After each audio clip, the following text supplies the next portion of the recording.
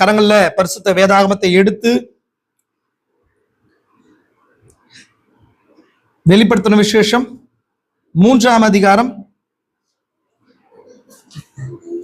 14வது வசனத்திலிருந்து வாசிக்கலாம். 14வது வசனத்திலிருந்து முடிவு வரை கூட வாசிக்கலாம்.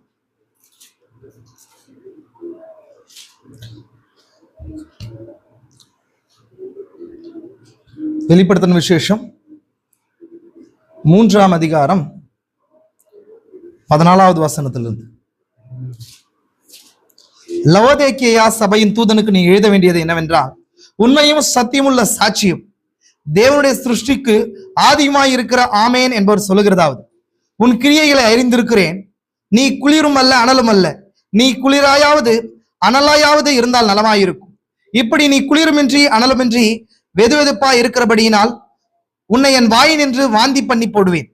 நீ நிர்பாக்கியம் உள்ளவனும் பரிதபிக்கப்படத்தக்கவனும் குருடனும் நிர்வாணியமாய் இருக்கிறதை அறியாமல், நான் ஐஸ்வர்யவான் என்றும் திரவிய சம்பன்னன் என்றும் எனக்கு ஒரு குறையும் இல்லை என்றும் சொல்லுகிறபடியால், நீ ஐஸ்வர்யவான் ஆகும்படிக்கு நெருப்பிலே புடமிடப்பட்ட பொன்னையும் உன் நிர்வாணமாகிய அவலட்சணம் தோன்றாதபடிக்கு நீ உடுத்தி கொள்வதற்கு வெண் வஸ்திரங்களையும் என்னிடத்தில் வாங்கிக் கொள்ளவும், நீ பார்வை அடையும்படிக்கு உன் கண்களுக்கு கலிக்கம் போடவும் வேண்டும் என்று உனக்கு ஆலோசனை சொல்லுகிறேன். நான் நேசிக்கிறவர்கள் எவர்களோ அவர்களை கடிந்து கொண்டு சிட்சிக்கிறேன். ஆகையால் நீ ஜாக்கிரதையா இருந்து மனம் திரும்பு. இதோ வாசற்படியில் நின்று தட்டுகிறேன். ஒருவன் சத்தத்தை கேட்டு கதவை திறந்தால் அவனிடத்தில் நான் பிரவேசித்து அவனோட கூட போஜனம் பண்ணுவேன், அவனும் என்னோட கூட போஜனம் பண்ணுவான். நான் ஜெயங்கொண்டன் பிதாவினுடைய சிங்காசனத்தில் அவரோடு கூட உட்கார்ந்தது போல ஜெயங்கொள்கிறவன் எவனோ அவனும் என்னோட சிங்காசனத்தில் என்னோட கூட உட்காரும்படி அருள் செய்வேன். ஆவியானவர் சபைகளுக்கு சொல்லுகிறதை காதுள்ளவன் கேட்க கடவன் என்று எழுது என்றார். ஆமென். வாசிக்கப்பட்ட வேத பாகங்களோடு கூட இந்த சாயங்கால வேளையில அந்த வார்த்தையானவர் நம்மளோடு கூட வந்து பேசும்படிக்கு இருதய கதவுகளை திறந்து அவரோடு கூட பந்தியில் அமரும்படிக்கு தாழ்த்தலாம். கிருபை நேரங்கள் பரலோகப்பதாவே ஆசீர்வதிக்கப்பட்ட நல்ல நாளுக்காய் கூட நன்றி ராஜா. இந்த சாயங்கால வேளையிலே பிள்ளைகளாகிய நாங்கள் மீண்டும் ருசியாய் உண்மை நாங்கள் வரவேற்கிறோம் ஐயா. அந்த எம்மாவூர் சீஷர்களை போல நாங்கள் எருசலேமை விட்டு ரொம்ப தூரம் வந்துட்டோம். மீண்டுமாய் கத்தாவே என்னோட துக்க இருதயங்களை மாற்றும்படிக்கு நீர் மீண்டுமாய் இந்த நாளில் என் மார்பையாய் தோற்றத்தை மாற்றிக்கொண்டு ஒரு அந்நிய ரூபத்தில வந்திருக்கிறீர் கத்தாவே. மீண்டுமாய் நாங்கள் உண்மையை வரவேற்று கத்தாவே அந்த கிளியோப்பாவை போல கத்தாவே நீர் அந்த அப்பத்தை பிடும்படிக்கு நாங்கள் கொடுக்கிறோம். நீர் பிட்டு பிள்ளைகளாய் எங்களை போஷிங்க. என்னுடைய ஆவிக்குரிய கண்களை திறந்துள்ளங்க ஐயா, உண்மை காணும்படிக்கு. உண்மை கண்டு நான் மீண்டுமா எங்கள் புதிய எருசலேமை நோக்கி கடந்து செல்ல கிருபையை கூட்டிக் கொண்டு இந்த சாயங்கால வேளையில எங்களை நீர் பரிசுத்தப்படுத்துங்க தாவே. அப்பா நீர் தாமே உம்மால் தான் எங்களால் பரிசுத்தப்படுத்த கூடும் ஐயா. எங்களால் ஒருவேளை மாம்ச பரிசுத்தம் செய்யக்கூடும். உடைய இருதயங்களை பரிசுத்தப்படுத்துறதுக்கு ஏதுவான ஒரு கிருமிநாசினி இந்த உலகத்துல இல்லை ஐயா, உங்களுடைய ரத்தத்தை தவிர. உங்களுடைய ரத்தத்தினாலே இந்த நாள்ல மீண்டுமா எங்களை பரிசுத்தப்படும்படிக்கு எங்களை ஒப்புக் கொடுக்கிறோம். எங்களுக்கு இருக்கிற எல்லா விதமான அவிசுவாசங்கள், பொல்லாத கிரியைகள், பொல்லாத சூழ்நிலைகள் எல்லாவற்றையும் மாற்றி போட்டு இங்க ஒரு டிவைன்லி அட்மாஸ்பியர் உண்டாகட்டும். கர்த்தருடைய வார்த்தைக்கு ஏற்ற விதத்தில் எங்களை தலைமட்டுமா தாழ்த்துகிறோம். ஆசீர்வதிங்க, பலப்படுத்துங்க இயேசு கிறிஸ்துவின் பரிசுத்த நாமத்திலே ஆமென். நம்ம அப்படியே உட்காரலாம்.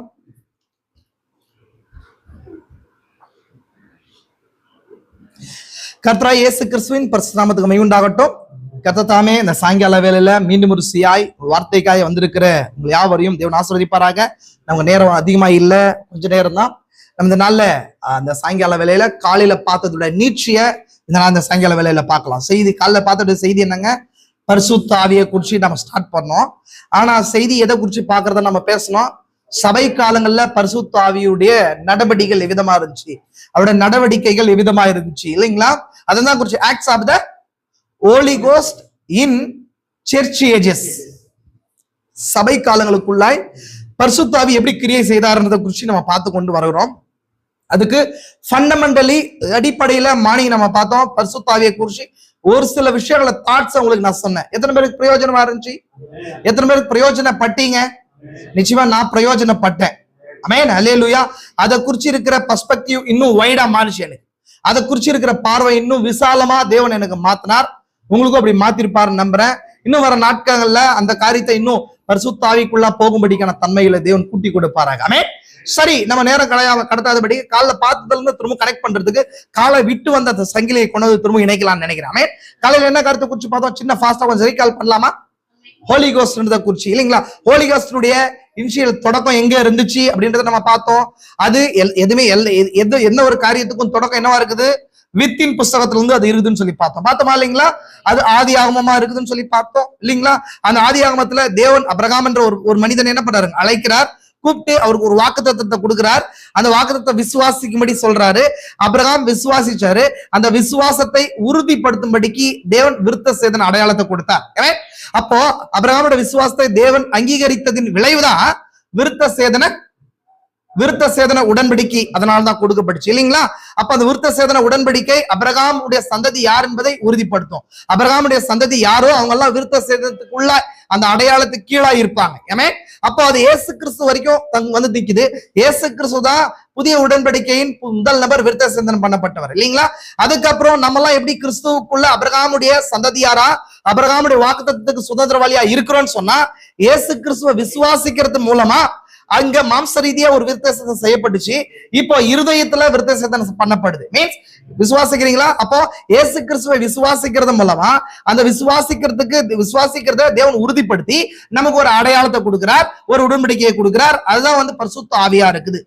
நம்ம அந்த காரியத்தை குறிச்சு பார்த்தோம் இல்லைங்களா? அங்கதான் அதோடைய தொடக்கமா இருக்குதுன்னு சொல்லி கலாத்தியர்லையும் ரோமர் புத்தகத்திலையும் நம்ம பார்த்தோம். விசுவாசிக்கிறீங்களா? அப்ப மாம்ச ரீதியான விருத்த சேதனத்துக்கு யூதன் என்றும் இல்ல, கிரேக்கன் என்றும் இல்ல, சுயாதீனம் என்றும் இல்ல, அடிமை என்றும் இல்ல, ஆண் என்றும் இல்ல, பெண் என்றும் இல்ல, இயேசு கிறிஸ்துவ விசுவாசிக்கிற எல்லாமே அந்த விருத்த சேதனத்துக்குள்ள விருத்த சேதன அடையாளத்தை அந்த பழைய ஏற்பாட்டுல இருந்த மாம்ச ரீதியத்தை இருதயத்துல பெற்றுக்கொள்றோம். சரி, அந்த இந்த பரிசுத்த ஆவியை குறிச்சு புதிய ஏற்பாட்டுல எங்க வருதுன்னா, இயேசு கிறிஸ்து பரிசுத்த ஆவியை குறிச்சு பிரீச் பண்ண முடியாத ஒரு இன்ட் தான் தரார். அப்ப பரிசுத்த ஆவி எதுக்காக அருளப்படுதுன்றத குறிச்சு நம்ம பார்த்தோம். இயேசு கிறிஸ்து 3 வருஷம் முழுசும் பரிசுத்த ஆவியை குறிச்சு அவர் என்ன பண்ணலாங்க? பேச கிடையாது. பேசினாரா? பேசல. அவர் எங்க பேசுறாருன்னு சொன்னா, அவருடைய மினிஸ்ட்ரியுடைய எண்ட்ல கடைசி டேல பேசுறாரு. கடைசி நாள்ல அவர் வந்து ஒப்பு கொடுக்கறதுக்கு ஒரு சில மணி நேரங்களுக்கு முன்பதாக பேசுறாரு. சுவாசிக்கிறீங்களா? அவர் ஒப்பு கொடுக்கறதுக்கு மீன்ஸ் என்னங்க? அவர் ಕನ್ನಡದಲ್ಲಿ ಏನ್ ಹೇಳ್ತಾರೆ? ಆತನು ಒಪ್ಪಿಸಿಕೊಡಕ್ಕೆ ಒಂದು 2-3 ಅವರ್ ಮುಂಚೆ ಪರಿಶುದ್ಧ ಆತ್ಮನ ಬಗ್ಗೆ ಇರುವ ಪ್ರಕಟಣೆಯನ್ನು ಬಯಲ್ಪಡಿಸ್ತಾರೆ, ಬಿಚ್ಚುತ್ತಾರೆ. அது யாருக்கு ಅಂದ್ರೆ எல்லாருக்கும் அல்ல, 11 ಮಂದಿ ಶಿಷ್ಯರಿಗೆ ಮಾತ್ರ. அது எல்லாருக்குமே கிடையாது. இது யாருக்குன்னா அது 3ஆம் இழுப்பின் ஜனங்களுக்காக இருந்துச்சு இல்லைங்களா? ஃபர்ஸ்ட் புல்ல முதலாவது இழுப்புல பெரிய கூட்டம் இருந்துச்சு, அவங்களுக்கு தேவையில்லாம இருந்துச்சு. 2வது இழுப்பு அது 70 பேர் உள்ள இருந்துச்சு.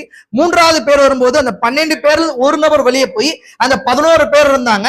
அந்த 11 பேருக்கு அந்த வெளிப்பாட்டை 14வது அதிகாரத்துல இருந்து 17வது அதிகாரம் வரைக்கும் இயேசு கிறிஸ்து பேசுறார். நல்லா கவனிங்க, ரொம்ப ரொம்ப இம்பார்ட்டன்ட். பரிசுத்த ஆவி பெறாம ஒரு நபர் பரலோக ராஜ்யம் போக முடியாது. இல்ல தேவன்கிட்ட ஆவிக்குரிய எந்த காரியத்தை என்ன பண்ண முடியாது? நம்ம சுதந்திரிக்க முடியாது. விசுவாசிக்கிறீங்களா? ஒருவேளை பரிசுத்த ஆவியை பெற்றுக்கொள்ளலாம், ஆனா பரிசுத்த ஆவியை பெற்றும் கூட இழக்கப்பட்டு போலாம். நான் அந்த காரியத்தை குறித்து சொன்னேன். பரிசுத்த ஆவியை பெற்றவன் இழக்கப்பட்டு போலாம், ஆனா பரிசுத்த ஆவி முத்திரையை பெற்ற ஒரு நபர் இழக்கப்பட்டு போக முடியாது. அப்ப பரிசுத்த ஆவியை குறித்து அநேக விஷயங்களை உங்களுக்கு நான் காட்டினேன். மார்னிங் ஒரு சின்ன சின்ன இன்ட்டு சொன்னேன். நானு பரிசுத்த ஆவி என்னன்றதை குறித்து நம்ம பேசல, அது ஒரு பெரிய சப்ஜெக்ட், நம்ம பேசலாம்னு சொன்னேன். எதுக்காகனா இந்த செயின்ஸை எடுத்துட்டு வந்து சபை காலங்களோடு கூட இணைக்கிறது. ஏன் இணைக்கணும்னு சொன்னா, பரிசுத்த ஆவியை குறிச்சு இருக்கிற பெர்ஸ்பெக்டிவ், நம்முடைய பார்வை எவ்விதமா இருக்குது, ஏன் இன்னைக்கு கூட பரிசுத்த ஆவியை குறிச்சு அந்த பார்வை வந்து குறுகிய கண்ணோட்டத்தோட இருக்குது, சின்ன சின்ன வேரியேஷன்ஸ் இருக்குதுன்றதுக்கான காரணத்தையும் நான் மார்னிங் சொன்னேன். காரணம் என்னன்னு சொன்னா, இந்த காலத்துல பரிசுத்த ஆவி பூமிக்கு அனுப்பப்பட்டதுடைய இனிஷியல் ஸ்டேஜ் தான் வரங்களா இருந்துச்சு. அப்போ சரீர ಉಣರ್ಚಿயின் ಮೂಲமாக ಕನ್ನಡದಲ್ಲಿ ಏನ್ ಹೇಳ್ಬೇಕಂದ್ರೆ, ಮಾಂಸಿಕವಾಗಿ ಇಚ್ಛೆ ಅಲ್ಲ, ಮಾಂಸಿಕವಾಗಿ ಒಂದು ಸೆನ್ಸೇಷನ್ ಅಂದ್ರೆ ಪರಿಶುದ್ಧಾತ್ಮ ಬಂದ್ರೆ ಮಾಂಸದಲ್ಲಿ ಏನಾಗುತ್ತೆ, ನಾವ್ ಏನಂತೀವಿ, ಫೀಲ್ ಮಾಡ್ತೀವಿ, ಅನುಭವಗೊಳ್ತೀವಿ. ಆ ಅನುಭವದಿಂದ ಬೆಂದಗೋಸ್ತೆ ಸ್ಟಾರ್ಟ್ ಆಯಿತು. ಯಾವ ಬೆಂದಗೋಸ್ತೆ? மாடர்ன் பெந்தகோஸ்தே. இந்த பெந்தகோஸ்தே 1906 வருஷத்துல வந்த பெந்தகோஸ்தே ஸ்டார்ட் ஆனதுனால அதோட நீட்சியை தான் நம்ம என்ன பண்றோம், அதோட ஃபர்தர் எக்ஸ்டென்ஷனை தான் பரிசுத்த ஆவியா நம்ம நம்புறோம், அதை தான் உணர்றோம். அது இல்லைன்னு சொன்ன பரிசுத்த ஆவி இல்லைன்னு நினைக்கிறோம். ஆனா அந்த பரிசுத்த ஆவியுடைய அந்த காரியத்தை எங்க யார் எக்ஸ்பிளைன் பண்ணுவாங்க, யார் கொண்டு வருவாங்கன்னு சொன்னா ஒரு செய்தியால தான் கொண்டு வர வேண்டியதா இருக்கிறான். விசுவாசிக்கிறீங்களா? சொல்ற விஷயம் புரிதுங்களா உங்களுக்கு? ஏன்னு சொன்னா ஆதி பெந்தகோஸ்தையில பரிசுத்தாவி விழுந்துச்சு, எங்க 120 பேர் மேல விழுந்துச்சு. விழுந்தாலும் வரத்தை வெளிப்படுத்தி காட்டினாங்க. ஆனா அந்த பரிசுத்தாவியை குறிச்சு ஒரு முழுமையான ஒரு காரியம் வந்து ஸ்டெபிலைஸ் பண்ணது யாருன்னு சொன்னா அந்த கால செய்தியாளர் அந்த வேலையை செய்தார். விசுவாசிக்கிறீங்களா? நான் சொல்ற விஷயம் புரிதுங்களா உங்களுக்கு? உங்களோட காலையில பேசுற விஷயத்தை தான் நான் என்ன பண்றேன், அந்த செயினை கொண்டாந்து இன்னைக்கு இந்த சாயங்காலத்தோட கூட கனெக்ட் பண்ணி நம்ம தொடர்ந்து போலாம்னு நினைக்கிறேன். புரிஞ்சுங்களா? வேற என்ன காரியத்தை குறிச்சு பார்த்தோம்? அப்போ ஆதி பெந்தகோஸ்தையில பரிசுத்தாவி வந்துச்சு, வரங்கள் வந்துச்சு அவங்களுக்கு. அதுதான் வந்து கடைசி காலமா, பழைய ஏற்பாட்டின் கடைசி காலம், பழைய ஏற்பாட்டுடைய எண்டு அதுதான் இல்லைங்களா? அவ யூதர்களுக்கான முடிவு அதுதான். யூதர்களுக்கான முடிவு எழுதப்பட்டுச்சு கிபி 30. கிபி 70 யூதர்கள் சிறையிருப்புக்குள்ள போயிட்டாங்க. சரி, என்ன பண்ணாங்க சொன்னா நியாய தீர்ப்புக்குள்ள போயிட்டாங்க. சரியா? பரிசுத்தாவியை ரிஜெக்ட் பண்ண 40 வருஷம் கழிச்சு அவங்க நியாய தீர்ப்பு வந்துருச்சு. விசுவாசிக்கிறீங்களா? அதே போல இந்த காலத்திலையும் 1940ல தீர்க்கதரிசி, 1906ல தீர்க்கதரிசி இந்த பூமியில பரிசுத்தாவி வரங்களோடு கூட திரும்பி வந்தார். அவங்க பரிசுத்தாவி ப்ரோக்ரஷனை புரிஞ்சிக்காம இந்த பெந்தகோஸ்தே சபை லவோதிக்கேயா மாறி ஸ்தாபனமா மாறிச்சு. அதுக்கும் 40 வருஷம் தான் டைம் இருந்துச்சு. தேவன் 1946ல செய்தியாளர் உள்ள கொண்டு வந்தார். தீர்க்கதரிசி மினிஸ்ட்ரிக்கு ஃபீல்டுக்கு எப்ப வந்தாருங்க தெரியுமா உங்களுக்கு? எங்க தேப்ப எப்ப கேக்குறீங்க? 46ஆம் வருஷத்துல மே மாசம் 14ஆம் தேதி 8ஆம் தேதி தீர்க்கதரிசி டனல் மில் கேவ்ல போய் தூதனை சந்திக்கிறாரா இல்லீங்களாங்க? அப்பதான் என்ன பண்றாரு, இவர் தாவீதா இருந்தார். இவர் இது வரைக்கும் என்ன பண்ணாரு சொன்னா ஆடுகளின் பின்னே ஓடிக்கொண்டு இருந்த ஒரு வைசியன் இருந்தார். இப்ப கவனையும் கல்லையும் விட்டுட்டு இப்ப கோலியாத்தை அடிக்கிறதுக்கு வந்தார். ஒரு பெரிய இஸ்ரேல் ஆளுகிறதுக்கு எதுவான வைடான ஒரு மேட்பனா தாவீது மாற வேண்டிய சூழ்நிலைக்கு வந்துச்சு. மேடம் கூட ஒரு நார்மலான ஒரு பாஸ்டோரியல் ஒர்க்க பண்ணிட்டு இருந்தவர் இப்ப வேர்ல்ட் வைட் மினிஸ்ட்ரிக்காக தேவனை மூவ் பண்ணார். விசுவாசிக்கிறீங்களா? அப்ப அதுக்கு ஒரு 40 இயர்ஸ் கேப் இருக்குது. 1906 என்னங்க 1906 1946 1906 1946 40 வருஷம் இல்லைங்களா? 40 எப்போதுமே எதுக்கு அடையாளமா இருக்குது? வேதத்துல எதுக்கு அடையாளமா இருக்குது? 40 ஜட்ஜ்மெண்ட்டுக்கு சோதனைக்கு அடையாளமா இருக்குது. 40 ரெப்ரசன்டிவ் ஜட்ஜ்மெண்ட், தேவனுடைய தெய்வீக நியாய தீர்ப்புக்கு அடையாளமா இருக்குது இல்லைங்களா? புரியுதாங்களா? இஸ்ரேல் ஜனங்களை தேவன் நியாய தீர்த்த 40 வருஷம் வனாந்தரத்துல என்ன பண்ணிட்டாரு? அழிச்சு போட்டாரா இல்லைங்களா? அப்ப அந்த 40 போது எப்போதும் நியாய தீர்ப்பை கொண்டு வருகிறதா இருக்குது. ஜட்ஜ்மெண்ட் டெம்ப்டேஷனுக்கு அடையாளமா இருக்குது. விசுவாசம் தெரியுங்களா? அப்ப தேவனை தண்ணி ஃபர்தர் நீட்சியை கொடுத்தாரு. பெரிய பெரிய ஆட்களை என்ன எழுதாங்க. எப்போ 1906ல இருந்து பெரிய பெரிய ஆட்கள் என்ன பண்ணாங்க, சுவிசேஷத்தை கொண்டு வந்தாங்க உலகத்து முழுசும். பெரிய ஆட்கள் வில்லியம் விகில்ஸ்வர்த் என்ற பெரிய ஆட்கள் வந்தாங்க. ஆமி மெக்பர்சன் சொல்லி ஒருத்தவங்க வந்தாங்க. 4 ஸ்கொயர் மூவ்மெண்ட் சொல்லி ஒரு ஸ்கொயர் மூவ்மெண்ட் எடுத்துட்டு வந்தாங்க. அதுக்கப்புறம் சார்ல்ஸ் பிரைஸ் சொல்லி ஒரு பெரிய ஊழியக்கார் அமெரிக்காவுல அந்த மூவ்மெண்ட் வந்துச்சு. அப்படி வந்தாலுமே அவங்க என்ன பண்ணாங்க, ஃபர்தர் எக்ஸ்டென்ஷன்ல செய்தியை புரிந்து கொண்டு வரல. வரங்களோடு கூட திருத்துவ ஞானஸ்தானத்தை கூட அவங்க புறப்பட்டு போயிட்டாங்க. அப்ப தேவன் இவங்க எல்லாம் காட்சியில போன பின்னாடி தேவன் யாரை கொண்டு வராரு? தீர்க்கதரிசியை கொண்டு வந்தார். புரிஞ்சுக்கலாம் உங்களுக்கு? அப்போ பரிசுத்தாவியுடைய தொடக்கம் விடிதமா இருந்துச்சு. வரங்களா இருந்ததுனால, வரங்களின் மூலமா ஃபர்ஸ்ட் வெளிப்பட்டதுனால இன்னைக்கும் அதே கண்ணோட்டத்தோட பாக்குறோம். ஆனா 7 சபைக்காலங்கள் திறக்கப்பட்ட பின்பதாக அந்த பரிசுத்தாவியை குறித்து தீர்க்கதரிசி ஒரு ரகசியம் சொல்றார். பரிசுத்தாவியை பெற்றுக்கொள்ளுதல் ரகசியம். அது என்ன ரகசியம்? வாட்சமா பாருங்க, 260வது பாருல 260 This is a sign of the end time, sir. இது தான் முடிவின் அடையாளம் என்ற செய்தியில தீர்க்கதரிசி சொல்றார். என்ன சொல்றாரு சொன்னா பாருங்க, the mystery of the baptism of the Holy Ghost without sensation. Without sensation நாங்க சரீர உணர்ச்சி எதுவுமே இல்லாம பரிசுத்த ஆவியை பெறுதல். புரியுதுங்களா உங்களுக்கு? அப்ப the mystery of the பரிசுத்த ஆவியை பெறுவது எப்படி அப்படின்னும் போது அது ஒரு ரகசியம். சரீர உணர்ச்சி எதுவுமே இல்லாம பரிசுத்த ஆவியை பெறுவதன் ரகசியம். அது ரகசியங்கள ஒரு ரகசியம் சொல்லி இல்லீங்களா? அப்ப சென்சேஷன் இல்லாம பரிசுத்தாவியை குறிச்சு இது வரைக்கும் நம்ம பெற்றுக்கொண்டிருக்கிற பெர்ஸ்பெக்டிவ் இப்ப என்ன ஆகுது? சேஞ்ச் ஆகுது. அப்ப what is the holy ghost அப்படின்றது வருது. இப்ப தீர்க்கதரிசி கரெக்டா 1946 வரார். 1946ல இருந்து 56 வரார். 56 என்னாச்சுன்னு சொன்னா பெண்டிகாஸ்டல் ஜூபிலி நடக்குது அமெரிக்காவுல. பெண்டிகாஸ்டல் ஜூபிலின்னு சொன்னாங்க. பெந்தகோஸ்தே ஜூபிலி அமெரிக்காவுல நடக்குது. 1906ஆம் வருஷத்தை கொண்டாடுறாங்க அமெரிக்காவில். 1956ல பெரிய பெரிய மினிஸ்டர்ஸ் எல்லாம் வராங்க, வந்து கொண்டாடுறாங்க. பெந்தகோஸ்தே பரிசுத்தாவி இந்த மீண்டும் பூமிக்கு வந்து நாள்னு கொண்டாடுறாங்க. ஆனா அதே நேரத்துல ஒரு செய்தியாளர் இருக்கிறதா உணர்ந்து கொள்ளவே இல்லை. புரியுதா உங்களுக்கு? தீர்க்கதரிசி அந்த மீட்டிங்கை பத்தி எல்லாம் சொல்றாரு. அவர் மீட்டிங்லாம் போறாரு, அங்கெல்லாம் மெசேஜ் தராரு. ஆனாலும் அவங்க எதை நோக்கி மூவ் ஆயிருக்கணும்னா செய்தியாளர் நோக்கி டர்ன் எடுத்திருக்கணும், செய்தியாளர் நோக்கி வந்திருக்கணும். விசுவாசிக்கிறீங்களா? அது அப்படி செய்யல. சரி, இது நம்ம இதை புரிந்து கொள்றதுக்கு நான் ஆதியிலிருந்து வரலாம்னு நினைக்கிறேன், இந்த ஆதி பெந்தகோஸ்தேல இருந்து வரலாம்னு நினைக்கிறேன். ஒரு சின்ன பெர்ஸ்பெக்டிவ் நீங்க பாருங்க, நான் காட்டுறேன். தீர்க்கதரிசி சொன்ன அந்த லைன்ல இருந்து வாசிச்சு காட்டுறேன், நீங்க புரிஞ்சுக்கணும்னு நினைக்கிறேன், புரிஞ்சுக்க முடியும்னு நினைக்கிறேன். பாருங்க,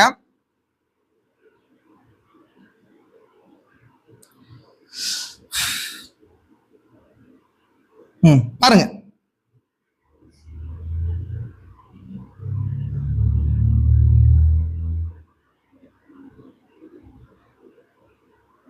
என்ன எனக்கு பாருங்க, தீர்க்கதரிசி என்ன சொல்றாரு? நான் யாருக்கு உபதேசத்தை உணர்த்துவேன்? What is the holy ghost செய்தியில 41 பேரால ஃபர்ஸ்ட் பேரால என்ன சொல்றாரு?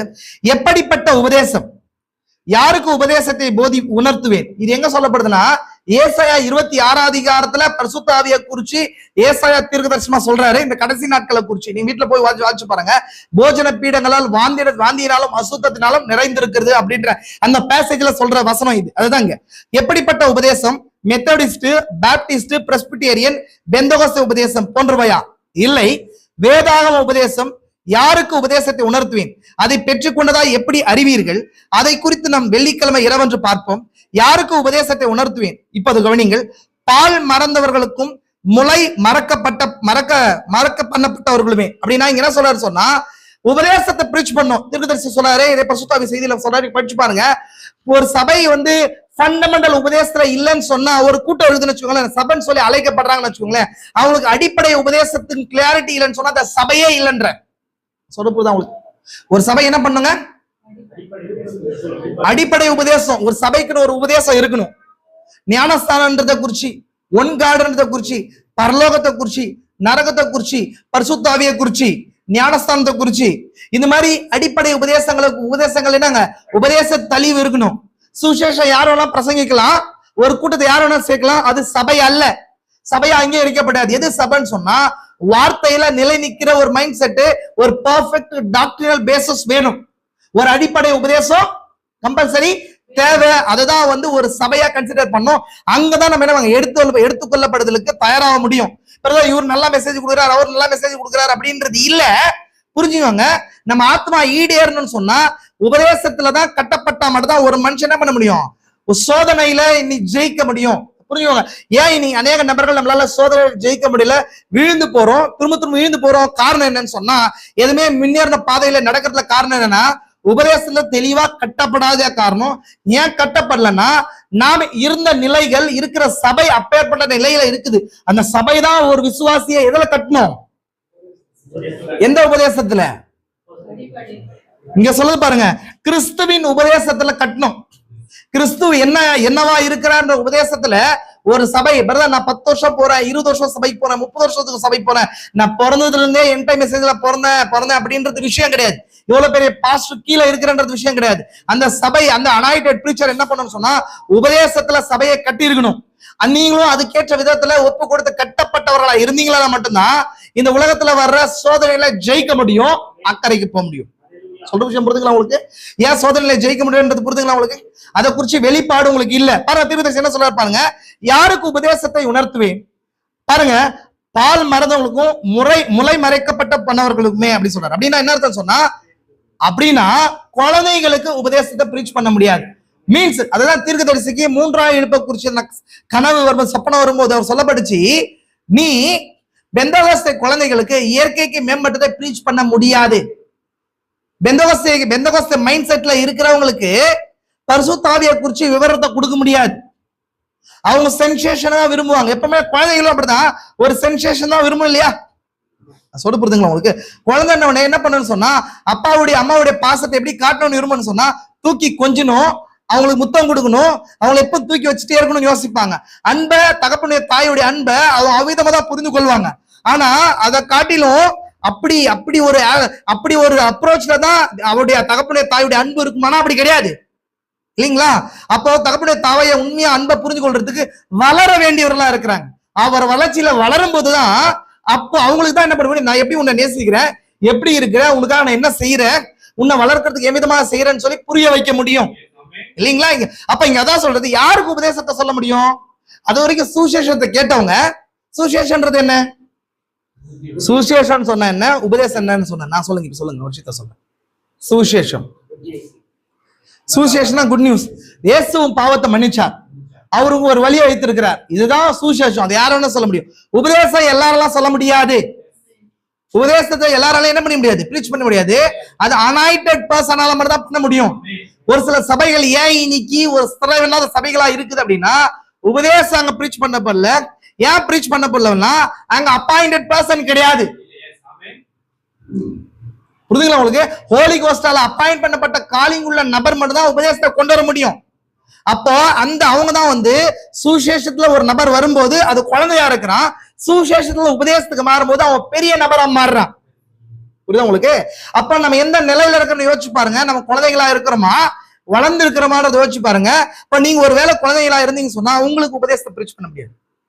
சொல்லு புரியுதா உங்களுக்கு? அப்போ ஆவிக்குரிய நிலையில வளர்ந்தவர்களுக்கு தான் இங்க சொல்லுது பாருங்க, என்ன சொல்றாரு? அப்போ சிறு குழந்தைகள் நல்லது, நான் சபைக்கு செல்கிறேன், என் தாய் அந்த சபையை சேர்ந்து இருந்தார்கள் என்கின்றனர். அப்போ நம்ம பெர்ஸ்பெக்டிவ், என் தாய், என் கணவன் அந்த சர்ச்சுக்கு போறாரு, நான் போறேன், எங்க தகப்பன் சொன்னார், நான் போறேன். அப்படி ஃபாலோ குழந்தைக்கு என்ன பண்ணுங்க, சொன்னதை சொல்லுமா கிளிப்பிள்ளை என்ற மாதிரி அந்த லைன்ல போறது கிடையாது. தனிப்பட்ட இயேசு கிறிஸ்துவை பற்றி பெற வெளிப்பாடு தனிப்பட்ட நபருக்கு தேவை. நான் ஏன் இந்த இடத்துக்கு போறேன், எதுக்காக இந்த பிரீச்சர் கீழே நான் இருக்கிறேன், எதுக்காக இந்த உபதேசத்தை தெரிந்து கொண்டேன் அப்படின்றது ஒரு தனிப்பட்ட நபருக்குன்ற தனிப்பட்ட நபருக்கான தெரிந்து கொள்வதோட வெளிப்பாடு இருக்கணும். அவங்களுக்கு தான் உபதேச கட்டமைப்பு பண்ண முடியும். புரிஞ்சவங்களுக்கு எதுக்கு சொல்றேன் புரிஞ்சு அது கீழே பாருங்க. அப்போ அருமையான சகோதரன், எனக்கு விரோதமா எனக்கு ஒன்றுமில்லை, தாய் சேர்ந்த இந்த சபையில் சேர்ந்திருப்பது சரி. ஆனால் கவனியுங்கள், தாய் ஒரு வெளிச்சத்தில் நடந்தார்கள், நீ வேறொரு வெளிச்சத்தில் நடந்து கொண்டிருக்கிறாய். கவனிங்க நல்லா. என் தகப்பன் செய்யற அவர் காலத்துல இருந்தது, அவர் எனக்கு நல்லது செஞ்சார், கரெக்ட். ஆனா இன்னைக்கு இன்னும் விஞ்ஞானமும் அறிவும் வளர்ந்திருக்கும் போது நான் அதை அடாப்ட் பண்ணி போய் கொண்டிருக்கிறேனா இல்லையா? நான் உங்ககிட்ட தான் கேட்கிறேன். எங்க அப்பா செய்யறதே நான் செய்யறது இல்லை, எங்க தாத்தா செய்யறதே நான் செய்யறது கிடையாது, நம்மளுடைய முன்னோர்கள் செய்யறதுல. இன்னைக்கு உலகம் மாறுற விதத்துல நம்மளோட உடையும் நடையும் பேச்சும் நம்மளோட பழக்க வழக்கங்களும் நம்ம யூஸ் பண்ற பொருட்களும் நம்ம போக்குவரத்துக்கு பயன்படுத்துகிற எல்லா சாதனங்களும் மாறுகிறதா இல்லையா? அப்போ ஏன்னா அது என்னுடைய தெரிந்து கொள்ளுதலா இருக்குது. எனக்கு என்ன தேவை, இன்னைக்கு இருக்கிற வளர்ச்சி எவ்விதமா போகுது, அதுக்கேற்ற விதத்துல அதை அடாப்ட் பண்ணி போறனா இல்லையா? எங்க தாத்தா மாட்டு வண்டியில போனார், நானும் மாட்டு வண்டியில போறேன்னு சொல்றேன்னா? நான் உங்ககிட்ட தான் கேக்குறேங்க. அந்த மாதிரி நான் இங்க இருக்கிற ஒருத்தருக்கும் தனிப்பட்ட விதத்துல கேட்கிறேன், நீங்க எதுக்காக இந்த சபையை தெரிந்து கொண்டீங்க, நீங்களே உங்களை கேள்வி கேட்டுக்கோங்க. நீங்க இருக்கிற ஒவ்வொரு நபரையும் கேட்கிறேன் தனிப்பட்ட விதத்துல. அப்ப தனிப்பட்ட விதத்துல உங்களுக்கு தெரியணும், எதுக்காக இந்த சர்ச்சுக்கு நான் வரேன், எதுக்காக இந்த மெசேஜுக்குள்ள இருக்கிறேன், இங்க என்ன இருக்கு அப்படின்றது யாருக்கு தெரியணும்? தனிப்பட்ட ஆளுக்கு தெரியணும். அப்பதான் நீங்க வளர்ந்துருக்கிறீங்க. உங்களுக்கு தான் உபதேசத்தை பிரீச் பண்ண முடியும். கிறிஸ்துவை பற்றிய உபதேசம் மீன்ஸ் பரிசுத்த ஆவியை பற்றி. கிறிஸ்து பரிசுத்த ஆவியா இருக்கிறார், அவரை குறிச்சு நான் சொல்ல முடியும். புரிஞ்சா உங்களுக்கு? பெர்ஸ்பெக்டிவ் புரியுதுங்களா உங்களுக்கு? பார்வை புரியுதுங்களா? பாருங்க, தீர்க்கதரிசி என்ன சொல்ல பாருங்க. உங்கள் தாய் ஒரு வெளிச்சத்தில் நடந்தார்கள். வெளிச்சம் என்னங்க? சத்தியம். அந்த காலத்துடைய சத்தியத்தின் அளவு. நம்ம வேற ஒரு வெளிச்சத்துல நடக்கிறோம் இல்லைங்களா? நம்ம சின்ன வயசுல இருக்கும்போது என்ன இருந்துச்சு, குண்டு பல்ப் இருந்துச்சு. இனி குண்டு பல்ப் இருக்கா? இருக்காங்க. அப்புறம் ஆலோசனை வந்துச்சு. இப்ப என்ன மாறிடுச்சு, டோட்டல் என்னவா மாறிடுச்சு, எல்லாம் எல்இடியா மாறிடுச்சு. ப்ரொஜெக்டர்ல இருந்து எல்இடியா மாறிடுச்சு. அந்த வெளிச்சத்துல இருக்கிற எங்க தாய் சொன்னான்னு சொல்லி நான் அதை எடுத்து வச்சுக்க முடியாது. அதே போலதான் சத்தியத்துடைய வேரியேஷனும். வெளிச்சம் ஒண்ணுதான், சத்தியம் தான். அது ஒரு காலத்துல ஒரு மாதிரி பிரகாசிச்சுட்டு வந்துருச்சு. அந்த காலத்துல தீப்பந்த வெளிச்சத்தை வச்சு, தீப்பந்தத்துடைய வெளிச்சத்தை வச்சிருந்தாங்க. மெழுகுவத்தி வந்துச்சு. அதுக்கப்புறம் என்ன பண்ணாரு சொன்னா, இவரு எடிசன் பல்பை கண்டுபிடிச்சாரு. அதுக்கப்புறம் டியூப் லைட் வந்துச்சு. அப்படி மாற இன்னைக்கு எல்இடி லைட்ல நிக்குது இல்லைங்களா? அப்போ அந்த லைட்டுடைய ப்ரோக்ரஷனை புரிஞ்சு கொண்டு அதுக்கேற்ற விதத்துல நம்ம மாத்திக்கிறோமா இல்லையா? நான் மாத்திக்க மாட்டோம் அப்படின்னா நம்ம இன்னும் குழந்தையா இருக்கிறோம். நம்மளால சோதனைகள் நிக்க முடியாது, பரிசுத்தாவியை குறித்து புரிந்து கொள்ள முடியாது. புரிஞ்சுக்கலாம் உங்களுக்கு? நான் பேசுறது புரியுதா? பாருங்க, அடுத்தது பாருங்க, தீர்க்கதரிசி என்ன சொல்றாரு பாருங்க. லூத்தர் ஒரு வெளிச்சத்தில் நடந்தார், வெஸ்லி வேறு ஒரு வெளிச்சத்தில் நடந்தார், வெஸ்லி ஒரு வெளிச்சத்தில் நடந்தார், பெந்தகோஸ்தே சபை வேறு ஒரு வெளிச்சத்தில் நடந்தது, நாமோ அதை காட்டிலும் உயரமாக இன்று நடந்து கொண்டிருக்கிறோம். இதான் பாயிண்ட் அவுட் பண்ணி காட்ட நினைக்கிறேன். வெளிச்சம் என்னங்க? சத்தியம். இந்த சத்தியத்தை கொண்டு வர்றது யாரு? சத்திய ஆவியாகிய பரிசுத்தாவி. அப்ப அந்த பரிசுத்தாவி அளவை பொறுத்துதான் ஒரு சத்தியம் வெளிப்படும் இல்லையா? நான் சொல்றது புரியுதா உங்களுக்கு? சத்திய ஆவி எந்த அளவுக்கு அந்த இடத்துல ஊற்றப்படுறாரோ அந்த அளவுக்கு தான் அங்க வெளிச்ச சத்தியத்துடைய அளவு வெளிச்சத்துக்கு காணப்படும் இல்லைங்களா? இப்ப நம்ம பாக்குறோம் எசேக்கியேல் தீர்க்கதரிசி புத்தகத்துல அவர் என்னை தேவாலயத்துக்கு முன்னாடி கொண்டு போகும்போது அங்க தண்ணீர் பாய்ந்து கொண்ட நதியை பாக்குறாரு. அந்த நதி ஃபர்ஸ்ட் என்ன பண்ணுது சொன்னா கணுக்கால் வரைக்கும் இருக்குது. அவன் பாடுறமா இல்லையா ஃபாதர் பாட்டு, கணுக்கால் அளவு போதாதையா, முழங்கால் அளவு போதாதையா இல்லைங்களா? நீந்தி நீந்தி என்ன அர்த்தம்? அந்த நதி எதுக்கு அடையாளம்னா பரிசுத்த ஆவிக்கு அடையாளம் இல்லைங்களா? அதுதானே தாவீது சொன்னாரு, அவன் நீர்க்கால்களின் ஓரமாய் நடப்பட்டு தன் காலத்தில் கனி கொடுக்கும் இலையுதிரா மரத்தை போல் இருப்பான். தன் காலத்தில் அவருடைய கனின்ற தீர்க்கதரிசி, தன் கனி கிடையாது, நான் தமிழ்ல தப்பா படிக்கிறோம். அவருடைய கனி, யாருடைய கனி? பரிசுத்த ஆவி, ஆவியின் கனி. புரிஞ்சா உங்களுக்கு? அப்போ அந்த நீர்க்கால்கள் வாட்டர் சேனல்ஸ் தெரியுமா உங்களுக்கு? காவாயின்வாங்கல்ல, ஒரு மெயின் ஏரியிலிருந்தோ பெரிய நதியிலிருந்தோ வாட்டர் சேனல்ஸ் பிரிச்சு எடுத்துவாங்க தெரியுமா? ஊருக்குள்ள தனித்தனி வாட்டர் சேனல்ஸ் வரும் தெரியுமா உங்களுக்கு? அது மாதிரி ஆவி இந்த மாதிரி 9 பிரிஞ்சிருக்குது. வரங்கள் 9 இருக்குது, கனிகள் 9 இருக்குதா இல்லைங்களா? அப்போ அங்க நடப்பட்ட நபரா இருக்கணும். நான் சொல்றது புரியுதா உங்களுக்கு? அப்போ இந்த நதின்றது பரிசுத்த ஆவிக்கு அடையாளமா இருக்குது. எசேக்கியேல் தீர்க்கதரிசி புத்தகத்துல அவர் என்ன பண்ணாரு? ஃபர்ஸ்ட் கணுக்கால் அளவு தண்ணீர்ல நடக்கிறார். எந்த அளவு தண்ணீர்ல நடக்கிறாரு? புரிஞ்சா உங்களுக்கு? அப்போ கணுக்கால நடக்கும்போது என்ன பலம்? யாருடைய பலத்துல நடப்பாரு அவரு? சுய பலத்துல நடக்க முடியும். கணுக்கால் அளவு தண்ணீர்ல யாருடைய பலத்துல நடக்க முடியும்? கரெக்டுங்களா? அதுக்கப்புறம் முழங்கால் அளவுக்கு போறாரு, அப்போ சுய பலத்துல நடக்கிறார். அதுக்கப்புறம் இடுப்பளவு தண்ணீருக்கு போறாரு, இடுப்பளவா இருந்தது கொஞ்சம் முன்னாடி போறாரு. அதுக்கப்புறம் என்ன ஆச்சு சொன்னாங்க? கடக்க முடியாத நீச்சல் ஆழத்துக்குள்ள போயிட்டாரு அவர் இல்லைங்களா? அப்போ நீச்சல் ஆழத்துக்கு போன பின்பதாக ஒரு நபர் என்ன பண்ணுவான்? சுயபலத்துல நடக்கணும்னு ட்ரை பண்ணா முழுகிடுவான். தண்ணி எந்த பக்கத்துல போதோ அதுக்கேற்ற விதத்துல தன் உடம்ப என்ன பண்ணுங்க, அசையும் போது தண்ணி அதை அவனை கொண்டு போவான். இப்ப சுயபலம் போயிடுது, அவ்வளவு ஆழத்துக்குள்ள அவன் போறான். பரிசுத்த ஆவியுடைய அளவு புரியுதுங்களா உங்களுக்கு? அப்போ இன்னைக்கு சத்தியம் அப்படிதான் இருக்குது. இப்போ மார்ட்டின் லூதர் கணுக்கால் அளவு இருக்கும் பட்சத்தில், அதுக்கப்புறம் ஜான் வெஸ்லி முழங்கால் அளவுக்கு வந்தாரு, பெந்தகோஸ்தே இடுப்பளவுக்கு வந்துச்சு. இங்க அடுத்த கட்டமா எங்க வந்திருக்குதுங்க? நீச்சல் ஆழம் சத்தியம் வந்திருக்குது. புரிஞ்சா உங்களுக்கு?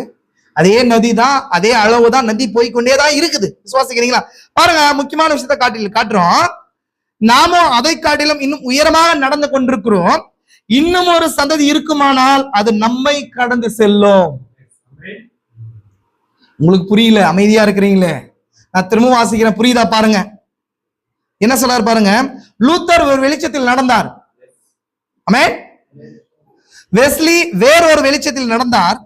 பெந்தகோஸ்தே சபை வேறு ஒரு வெளிச்சத்தில் நடந்தது. நாமும் அதை காட்டிலும் இன்னும் உயரமாக நடந்து கொண்டிருக்கிறோம். இன்னும் ஒரு சந்ததி இருக்குமானால் அது நம்மை கடந்து செல்லுன்ற. யாரை குறிச்சு பேசுறார்? சொல்றது புரியுது? அதுதான் கேட்டுக்கிறேன். நீங்க எங்கேயோ இருக்காதீங்க, உங்களுடைய ஆவியை எங்க வைங்க. நான் சொல்றதை புரிஞ்சுக்கோங்க. தீர்க்கதரிசி சொல்றாரு, அடுத்த ஜெனரேஷன் ஒண்ணு இருக்க போது, அந்த ஜெனரேஷன் நம்ம பெற்றுக்கொண்டதை விட அதிகமான பரிசுத்தாவின் அசைவை உணரப்போகுது. மீன்ஸ் தீர்க்கதரிசி காலத்துல இருந்த பரிசுத்தாவிடைய அளவு எடுத்துக்கொள்ளப்படுதலுக்கு போதுமானதா இல்ல. எடுத்துக்கொள்ளப்படுதல் அப்பயே நடந்திருக்குமா இல்லையா? தீர்க்கதரிசி எடுத்துக்கொள்ளப்படுதல பார்க்கணும்னு விருப்பப்பட்டாரா இல்லையா? எடுத்துக்கொள்ளப்படுதல் நடக்கல இல்லையே, இல்லைங்களா? அப்ப எடுத்துக்கொள்ளப்படுதல் நடக்கணும்னா எடுத்துக்கொள்ளப்படுதல் வல்லமை வெளிப்படணும். எடுத்துக்கொள்ளப்படுதல் வல்லமை எதனால வெளிப்படும்? எடுத்துக்கொள்ளப்படுதல் விசுவாசத்தினால வெளிப்படும். விசுவாசம் எதனால வெளிப்படும்னா வெளிப்பாட்டால வரும். அப்ப அந்த வெளிப்பாடை கொண்டு வர்றது யாரு? பரிசுத்த ஆவிதான் வெளிப்பாட்டை கொண்டு வராரு. அப்ப பரிசுத்த ஆவியுடைய அளவு அந்த அளவுக்கு இருக்குது. தீர்க்கதரிசி காலத்தை காட்டிலையும் தீர்க்கதரிசியா சொல்லியிருக்காரு. நான் சொல்ல, என்னுடைய ஓன் ஸ்டேட்மெண்ட்ஸ் கிடையாது இது. தீர்க்கதரிசி சொல்றாரு, இன்னொரு சந்ததி இருக்குமானால் அது நம்மை கடந்து செல்லும். உங்ககிட்ட பேசிட்டு இருக்கிறேன். எந்த காலத்துல இருக்கிறோம்? எந்த ஜெனரேஷன்ல இருக்கிறோம்? நான் தான் ஃபுல்னஸ் ஆஃப் வேர்ட்ல இருக்கிறோம். அதுக்கு அடுத்துல பாருங்க, ஆரம்ப நாட்களில் வழி அகலமா இருந்த போது லூத்தர் விசுவாசத்தில் நீதிமானாக்கப்படுதல் என்பதை குறித்து போதித்தார். அது மக்களை கத்தோலிக்க மார்க்கத்திலிருந்து புரோட்டஸ்டன்ட் மார்க்கத்திலிருந்து கொண்டு வந்தது, வார்த்தையின் பேரில் ஐக்கியம் கொள்ள செய்வதற்கே. அதுக்கப்புறம் பின்பு ஜான் வெஸ்லி என்று அழைக்கப்பட்டவர் மூலம் எழுப்புதல் உண்டானது. அவர் பரிசுத்தமாக்கப்படுதலுக்குள்ளாய் நடத்தினார். பின்பு பரிசுத்தாவின் அபிஷேகம் என்பதுடன் பெந்தகோஸ்தையினர் வந்து பரிசுத்தாவியை பெற்றுக் கொள்வதன் மூலம் அதை குழுக்களாக்கினர். அப்படின்னா சத்தியத்துடைய ஃபர்ஸ்ட் பெருசா இருக்குது. எல்லாருமே உள்ள வராங்க, ரோட்ல எல்லாருமே என்ன பண்றாங்க? பெரிய கூட்டம் எல்லாம் உள்ளவா அப்படின்னாச்சு. அதுக்கப்புறம் ஜான் வெஸ்லி வந்து பரிசுத்தமாக்கப்படுதல், பரிசுத்தமா வாழணும் போது கொஞ்சம் பேர் என்ன ஆயிட்டாங்க? சொல்றது புரியுதா உங்களுக்கு? பரிசுத்தமா வாழணும், இப்பேற்பட்ட ஒரு வாழ்க்கை தான் கிறிஸ்துவ வாழ்க்கைன்னு சொல்லி ஜான் வெஸ்லி கொண்டு வரும்போது வழி என்ன ஆகுதுங்க? குறுகுது, ஆட்கள் போக ஆரம்பிக்கிறாங்க. வழின்றது சத்தியம் தான், அப்படியே குறுக ஆரம்பிக்குது, ஆட்கள் என்ன வராங்க?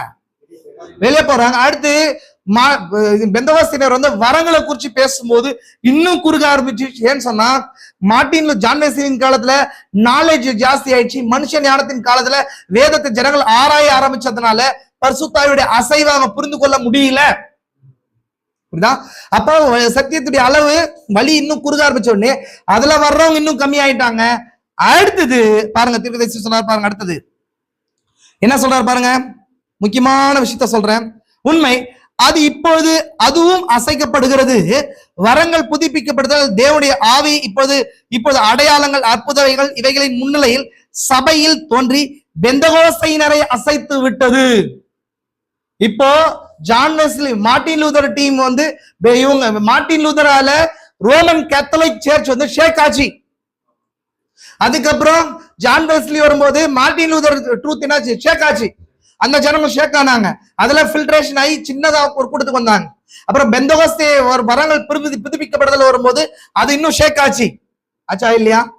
அடுத்தது தீர்க்கதரிசி செய்தியாளன் வரும்போது இன்னும் ஷேக் ஆக ஆரம்பிச்சிருச்சு. அதான் தீர்க்கதரிசி சொல்றாரு பாருங்க, என்ன சொல்றாரு பாருங்க, நம் கர்த்தராகிய இயேசு கிறிஸ்துவின் வருகைக்கு மிக அருகாமையில் இருக்கிறபடியா அவருக்குள்ள இருந்த அதே ஆவி இப்பொழுது சபையில் கிரியை செய்து அவர் உலகில் இருந்து அதே நாட்கள் செய்த அதே கிரியைகளை செய்து கொண்டிருக்கிறது. அப்போஸ்தலரின் காலம் தொடங்கி இதுவரைக்கும் உள்ள காலத்தில் வேறெங்கும் இப்படி நடக்கவில்லை. பாருங்க, அது அகலமா இருந்து குறுகி கொண்டே வந்து அது என்ன, கை நிழல் வருவதை போல நெகட்டிவ் மற்றும் ஒரு பிரதிபலிப்பு. மீன்ஸ் என்ன சொல்றாரு சொன்னா, தீர்க்கதரிசி சொல்றாரு, ஒரு நெகட்டிவ் தூரமா பார்க்கும்போது என்ன ஆகுது? ஒரு நெகட்டிவ்னா ஒரு ஷேடோ தூரமா பார்க்கும்போது எப்படி தெரியுது? பெருசா தெரியும், சின்னதா தெரியாது, பெருசா தெரியும். கிட்ட வர என்ன அவங்க சின்னதா தெரிந்து கடைசியா ரியாலிட்டிய பார்ப்போம். நான் சொல்ற புரியுதா உங்களுக்கு? புரிஞ்சு சொல்ல முடியுதா? ஃபர்ஸ்ட் இதை பார்ப்போங்க, ஒரு கை இருக்கு, இங்க இருந்து ஷேடோ வரும்போது பெருசா தெரியும். நாம பாருங்க, இரவு நேரத்துல வந்து கரண்ட் போனவனே லைட் வெளிச்சத்துல பாருங்க, டியூப் லைட் வெளிச்சத்துல பாருங்க, கைகளை வச்சு விளையாடும் போது பெருசா தெரியும். நீங்க கிட்ட போங்க, என்ன ஆகும்? சின்னதா உங்களோட கை அளவு அங்க தெரியும். அந்த மாதிரி மார்ட்டின் லூதர் வரும்போது வழி ஜாஸ்தியா இருந்துச்சு, அது ஷேடோ நெகட்டிவ் கிட்ட வந்து கடைசியா இப்பொழுது ரியாலிட்டிக்கு வர்ற நேரத்துக்குள்ளாய் நம்ம வந்திருக்கிறோம். புரிஞ்சா உங்களுக்கு? தெரியும், புரிஞ்சா? பாருங்க, தீர்க்கதரிசி என்ன சொல்றாரு, பின்பு கிறிஸ்துவின் பிரதிபலிப்பு, வெஸ்லியார் கிறிஸ்துவின் பிரதிபலிப்பு, கவனிங்கள், பில்லி சண்டேயின் காலம் இப்பொழுதுதான் முடிவு பெற்றது. அன்று ஒரு நாள், இது கீழே முக்கியமான விஷயத்தை மட்டும் நான் சொல்றேன் பாருங்க. பழைய வகுப்பை சார்ந்தவர்களில் கடைசியானவர் ஏறக்குறைய 90 வயது காலமானவர். யாருன்னு சொன்னா டாக்டர் விட்னி அப்படின்ற ஒருத்தரை குறிச்சு தீர்க்கதரிசி சொல்றாரு. கீழே முக்கியமான விஷயத்த சொல்றேன். பில்லி சண்டே தன் நாட்களில் இருந்த பெயர் கிறிஸ்துவ சபைகளுக்கு எழுப்புதல் பிரசங்கியா இருந்தார். கவனிங்க, கவனிங்கள, நீங்க பார்க்காதீங்க, கவனிங்க. ஒரு காலத்திலையும் ஜனங்கள் வந்து அந்த சத்தியத்தை ஸ்தாபனமாக்க ட்ரை பண்ணும்போது தேவன் ஒரு செய்தியாளன ஒரு எழுப்புதல் பிரசங்கிய கொண்டு வந்து ஜனங்களை சரியான வழிக்கு கொண்டு வர ட்ரை பண்றார். இன்னைக்கு இந்த எண்ட் டைம் மெசேஜ்ல இருக்கிறவங்க எல்லாம் ஸ்தாபனத்துல இல்ல, ஸ்தாபனத்தை தங்களுக்குள்ள வச்சுட்டு இருக்கிறாங்க. சொல்ல போகுது அவங்களுக்கு, ஸ்தாபனத்தை எகிப்தை விட்டு வெளியே வந்துட்டாங்க. ஆனா எகிப்து யாருக்குள்ள இருக்குது? எகிப்தை விட்டு வெளியே வர்றது, எகிப்து உள்ள இருக்கிறதே பரவாயில்ல, அதுக்கு டேஞ்சர் எங்க இருக்குது? எகிப்தை அவங்களுக்குள்ள வச்சுட்டு வந்துட்டாங்க. எகிப்தை விட்டு வெளியே வந்துட்டோம், ஆனா எங்க வந்திருக்காங்க? இப்ப எகிப்து உள்ளே இருக்குது. அதனாலதான் திரும்ப எகிப்தை நோக்கி இருக்கிற சிந்தனைகள் அவங்களுக்குள்ள வருது. புரிஞ்சா உங்களுக்கு? அப்ப ஒரு செய்தியாளர் வந்து அந்த விஷயத்தை கரெக்ட் பண்றாரு. அப்ப பெந்தகோஸ்தே காலம் வந்தவனே தேவன் ஒரு செய்தியாளர்களை கொண்டு வந்து அது இன்னும் சத்தியத்தை நெருக்க ஆரம்பிக்கிறார். பாருங்க, முக்கியமான பாயிண்ட் வாசிக்கிறேன், கவனிங்கலாம். தீர்க்கதரிசி என்ன சொல்றாரு பாருங்க, கவனியுங்கள், பெயர் கிறிஸ்துவ சபைகள் தங்கள் எழுப்புதலை பெற்றுக் கொண்டது அதே சமயத்தில் என்ன நடந்து கொண்டிருந்தது? முழு சுவிசேஷ எழுப்புதலை பெற்றுக் கொண்டது. அப்பொழுது பாஸ்வர்த் சகோதரர்கள், Smith, Wigglesworth, doctor Price, Charles Price, Aimee McPherson போன்றவர்கள் தோன்றினர். கவனியுங்கள், ஸ்மித் விகில்ஸ்வர்த் ஒரு இரவு மரித்து போனார். அடுத்த நாள் காலை டாக்டர் பிரைஸ் மரித்து போனார். 24 மணி நேரத்துக்குள் நான் சுவிசேஷ பணிக்காக அப்பொழுது வெளிநாடுகளுக்கு சென்றிருந்தேன். இப்பொழுது என் முடிவும் நெருங்கி கொண்டிருக்கிறது. நான் சொன்னது புரிஞ்சா உங்களுக்கு? 1948 செகண்ட் வேர்ல்டு வார் முடிஞ்சு. நான் அநேக செய்திகளை பிரீச் பண்ணிட்டேன் இந்த விஷயத்தை. அநேக முன்னாடி பாருங்க, நீங்க நம்ம எக்காலங்களை குறிச்சு பேசின செய்திகள் எல்லாம் பிரீச் பண்ணிருக்கேன். தீர்க்கதரிசி என்ன சொல்றாருன்னா 1918லயும் 14 to 18 ஃபர்ஸ்ட் வேர்ல்டு வார் நடக்குது. யூதர்கள் தேசத்துக்கு வர்றதுக்கான பேக்ட் சைன் ஆகுது, பால்ஃபர் டிக்ளரேஷன் சைன் ஆகுது. அதுக்கப்புறம் 1939ல வந்து செகண்ட் வேர்ல்டு வார் வருது இல்லைங்களா? அதே நேரத்துல பரிசுத்தாவின் எழுப்புதல் வந்துச்சு, பூமிக்கு வந்துச்சு. வரங்கள் திரும்ப அளிக்கப்படுதல் பூமிக்கு வந்துச்சு. அவங்க என்ன பண்ணாங்க, அதை ஸ்தாபனமா மாத்த ஆரம்பிச்சாங்க, வரங்களை வச்சு ஸ்தாபனமா மாத்த ஆரம்பிச்சாங்க. அப்ப பெந்தகோஸ்தைக்கே இன்னைக்கு மாடர்ன் பெந்தகோஸ்தைக்கு அடையாளம் என்னங்க? அவருடைய அடையாளமே எதை வச்சு அடையாளப்படுத்துறாங்க தங்கள? கரெக்டுங்களா? அப்போ தேவன் வரத்தை கொடுத்தாரு, அதை அவங்க என்னவா மாத்திட்டாங்க? ஸ்தாபனமா மாத்திட்டாங்க. எங்க இருக்கிறீங்க? நான் பேசுறது புரியுதா உங்களுக்கு? அவங்க பரிசுத்தாவின் வரத்தை கொடுத்தாரு, அந்த வரத்தை இவங்க என்னவா மாத்திட்டாங்கன்னா ஸ்தாபனமா மாத்திட்டாங்க. தேவன் கூட வெளிப்பாடு என்ன மாத்திட்டாங்க?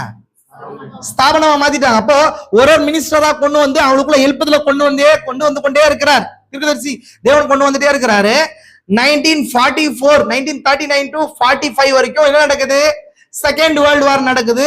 அன்னைக்கு இருக்கிற மிகப்பெரிய எழுப்புதல் பிரசங்கிகள் எஃப் பாஸ்வர்த் தீர்க்கதரிசி கூட இருந்த மினிஸ்டர். அவர் நம்ம பார்த்தோம். என்ன பார்த்தோம்? அந்த பழமையான ஹோக்ட்ரிய குறிச்சு பார்த்தோம் இல்லைங்களா? அவர்கிட்ட தான் தீர்க்கதரிசி ஏதோ வரங்களை குறிச்சு, வரங்களை எப்படி செயல்படுவதுன்றத குறிச்சு கத்துக்கணும்னு சொல்றாரு. புரிச்சா உங்களுக்கு? தீர்க்கதரிசி அப்படிதான் வந்து என்ன பண்றாங்க, அந்த ஸ்டெப் அப்ல தான் வராரு, அந்த ஸ்டெப் அப்ல தான் வராரு, அந்த படியில தான் ஏறி வராரு. அதனாலதான் எப்பொழுதுமே ஏறி வந்த படிக்கட்ட உதைக்க கூடாது. உதைச்சா என்ன, நம்ம தான் கீழே விழுவோம். புரிஞ்சா உங்களுக்கு? அப்ப அந்த ஸ்டெப்பை புரிஞ்சு கொள்ளணும். தேவன் எந்த ஸ்டெப்ல நம்மள நடத்துறாருன்றதை புரிந்து கொண்டு போகணும் இல்லைங்களா? அப்போ அப்படி வரும்போது அங்க மிகப்பெரிய ஊழியர்கள் இருந்தாங்க. இன்னைக்கு வரைக்கும் கவனிங்க நல்லா. அன்னைக்கு உலகத்துல எழுப்புதலை கொண்டு வந்த, அமெரிக்க தேசத்துல எழுப்புதலை கொண்டு வந்த ஊழிய நபர்கள் வில்லியம் விகில்ஸ்வர்த் என்ற ஒரு பெரிய ஊழியக்காரர் இருந்தார், ஃபேமஸ் ஆனவர். ஆமி மெக்பர்சன் சொன்ன ஒரு லேடி பிரீச்சர் ஒருத்தவங்க இருந்தாங்க. அவங்க 4 ஸ்கொயர் மூமெண்ட் அவங்க ஸ்டார்ட் பண்ணாங்க. அவங்களோட பையெல்லாம் தீர்க்கதரிசிக்கு ஃப்ரெண்டா இருந்தவர், புரிஞ்சுக்கோ நல்லா. அதுக்கப்புறம் வந்து சார்ல்ஸ் பிரைஸ் என்ற மிகப்பெரிய ஊழியக்காரர் இருந்தாங்க. இவங்க எல்லாம் செகண்ட் வேர்ல்டு வார் டைம்ல கரெக்டா வந்து 4-5 இயர்ஸ்ல எல்லாருமே என்ன பண்ணாங்க, மரிச்சு போக ஆரம்பிச்சாங்க. விகில்ஸ்வர்த் மரிச்ச உடனே தீர்க்கதரிசி சொல்றாரு, மரிச்ச உடனே சார்ல்ஸ் பிரைஸ் மரிச்சு போறாரு. அதுக்கப்புறம் சத்தியத்தை கொண்டு போறதுக்கு பூமியில எப்பொழுதுமே தேவன் ஒரு நபரை பூமியில வைத்துக் கொண்டே இருப்பார். புரியுதுங்களா உங்களுக்கு? நம்ம நினைச்சுக்கிறோம் பெந்தகோஸ்தே அண்டர்ஸ்டாண்டிங் என்ன ஆகி போச்சுன்னு சொன்னா, நீ பரிசுத்தாவின் வரத்தை அந்நிய பாஷையை பெற்றா போதும், உன்னை யாரும் நடத்த தேவையில்ல, நீ பேசிட்டு லபோதிபோன்னு என்ன பண்ணிட்டு பேசிட்டு வீட்டுல உட்காந்துரு அப்படின்வாங்க. அது கிடையாது. தேவன் ஒரு பர்ஃபெக்டான ஃபண்டமெண்டல் பிரீச்சரை, ஒரு ஸ்ட்ரக்சரல் அபிஷேகிக்கப்பட்ட ஒரு நபரை வச்சு சபையை லீட் பண்றார். புரியுதா உங்களுக்கு? இப்ப பாருங்க, இது முடிஞ்ச உடனே வித்தின் 24 hours தேவன் தீர்க்கதரிசி ஃபீல்டு கொண்டு வந்துட்டான். சொல்ல புரியுதா உங்களுக்கு? இவன் போயிடுச்சு, ஒரு கேப் எடுக்கலாம்னு கேம் பண்ணல. அடுத்த பிரீச்சரை கொண்டு வந்து சபையை இன்னும் நெருக்கி சத்தியத்துக்கு நேரம் வழி நடத்துறாரு. இப்ப எலியா காட்சிக்கு வந்தாச்சு. இப்போ எலியா காட்சிக்கு இப்போ அதான் இங்க தீர்க்கதரிசி சொல்றாரு, அடுத்த நாள் காலை டாக்டர் பிரைஸ் மரித்து போனார். வித்தின் 24 hours 24 மணி நேரத்துக்குள் நான் சுவிசேஷ பணிக்காக அப்பொழுது வெளிநாடுகளுக்கு சென்றிருந்தேன், இப்பொழுது என் முடிவும் நெருங்கி கொண்டிருக்கிறது. அப்ப என்னுடைய முடிவும் நெருங்கி கொண்டிருக்குதுன்னு தீர்க்கதரிசி என்ன பண்றாரு அப்ப சொல்றாரு. புரிஞ்சு அவங்களுக்கு? அப்ப தீர்க்கதரிசி இப்ப என்ன பண்ணாரு, காட்சிக்கு வந்துட்டாரு. அவரு வந்துதான் பரிசுத்த ஆவியை குறிச்சு இன்னும் ஒரு வெளிச்சத்துக்குள்ள சபையை நடத்துறதுக்கு ரெடி பண்றாரு. இது வரைக்கும் பேசினா புரிஞ்சுக்கலாம் உங்களுக்கு? இப்போ நம்ம 7 சபை காலங்கள்ல அந்த கிராப்பை எடுத்து எப்படி பரிசுத்தாவுடைய அளவு இருக்குதுன்றத குறிச்சு நம்ம பார்த்தோம் இல்லையா? பார்த்தோமா இல்லைங்களா? அந்த கிராப்புக்குள்ள வரும். அதை செஞ்சலாம். இப்ப ஸ்கிரீனை பாருங்க, நான் காட்டுறேன், கவனிங்க. இந்த ஸ்கிரீனை பாருங்க. இப்போ சபை காலங்கள் 7 சபை காலம் இருக்குது. எபேசு, சிமிர்னா, பெர்கமு, தியத்ரா, சர்தை, பிலதெல்பியா, லவோதிக்கா. லவோதிக்காக்கள் இந்த 7 சபை காலத்திலயும் ஒரே பரிசுத்த ஆவியானவர் தான். ஆனா வெளிப்படுத்தின விசேஷம் 4ஆம் அதிகாரத்துல படிச்சீங்கன்னா உங்களுக்கு தெரியும், இதோ வானத்துல ஒரு திறக்கப்பட்ட வாசலை கண்டேன். வாசல் திறக்கப்பட்ட வாசல் இருந்துச்சு, இங்க ஏறிவான்ற சத்தம் கேட்டேன். அப்ப ஏறினபடி ஒரு சிங்காசனத்துல ஒருவர் வீற்றிருந்தார். அவரு பார்வைக்கு பதுமரகத்துக்கும் வஜ்ரக்கல்லுக்கும் ஒப்பாய் இருந்தார். அப்படியே சொல்லிட்டு அங்க தேவனுடைய 7 ஆவிகளாகிய 7 அக்கினி தீபங்கள் எரிந்து கொண்டிருந்தது. புரிஞ்சுங்களா? 7 ஆவிகளாகிய அக்கினி தீபங்கள் எரிந்து கொண்டிருந்தது. அதுதான் கீழே பாக்குறீங்க இல்லையா? நான் தான் இங்க காட்டுறேன், கவனிங்களா? இப்போ நான் ஒரு சின்ன லைன்லாம் காட்டணும் உங்களுக்கு, கவனிங்க.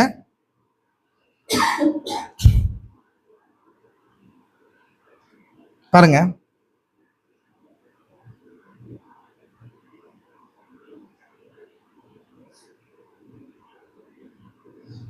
பாருங்க, 7 அக்கினி ஸ்தம்பங்கள் இருக்கா? அக்கினி தீபங்கள் இருக்கு. எங்க இருக்கு?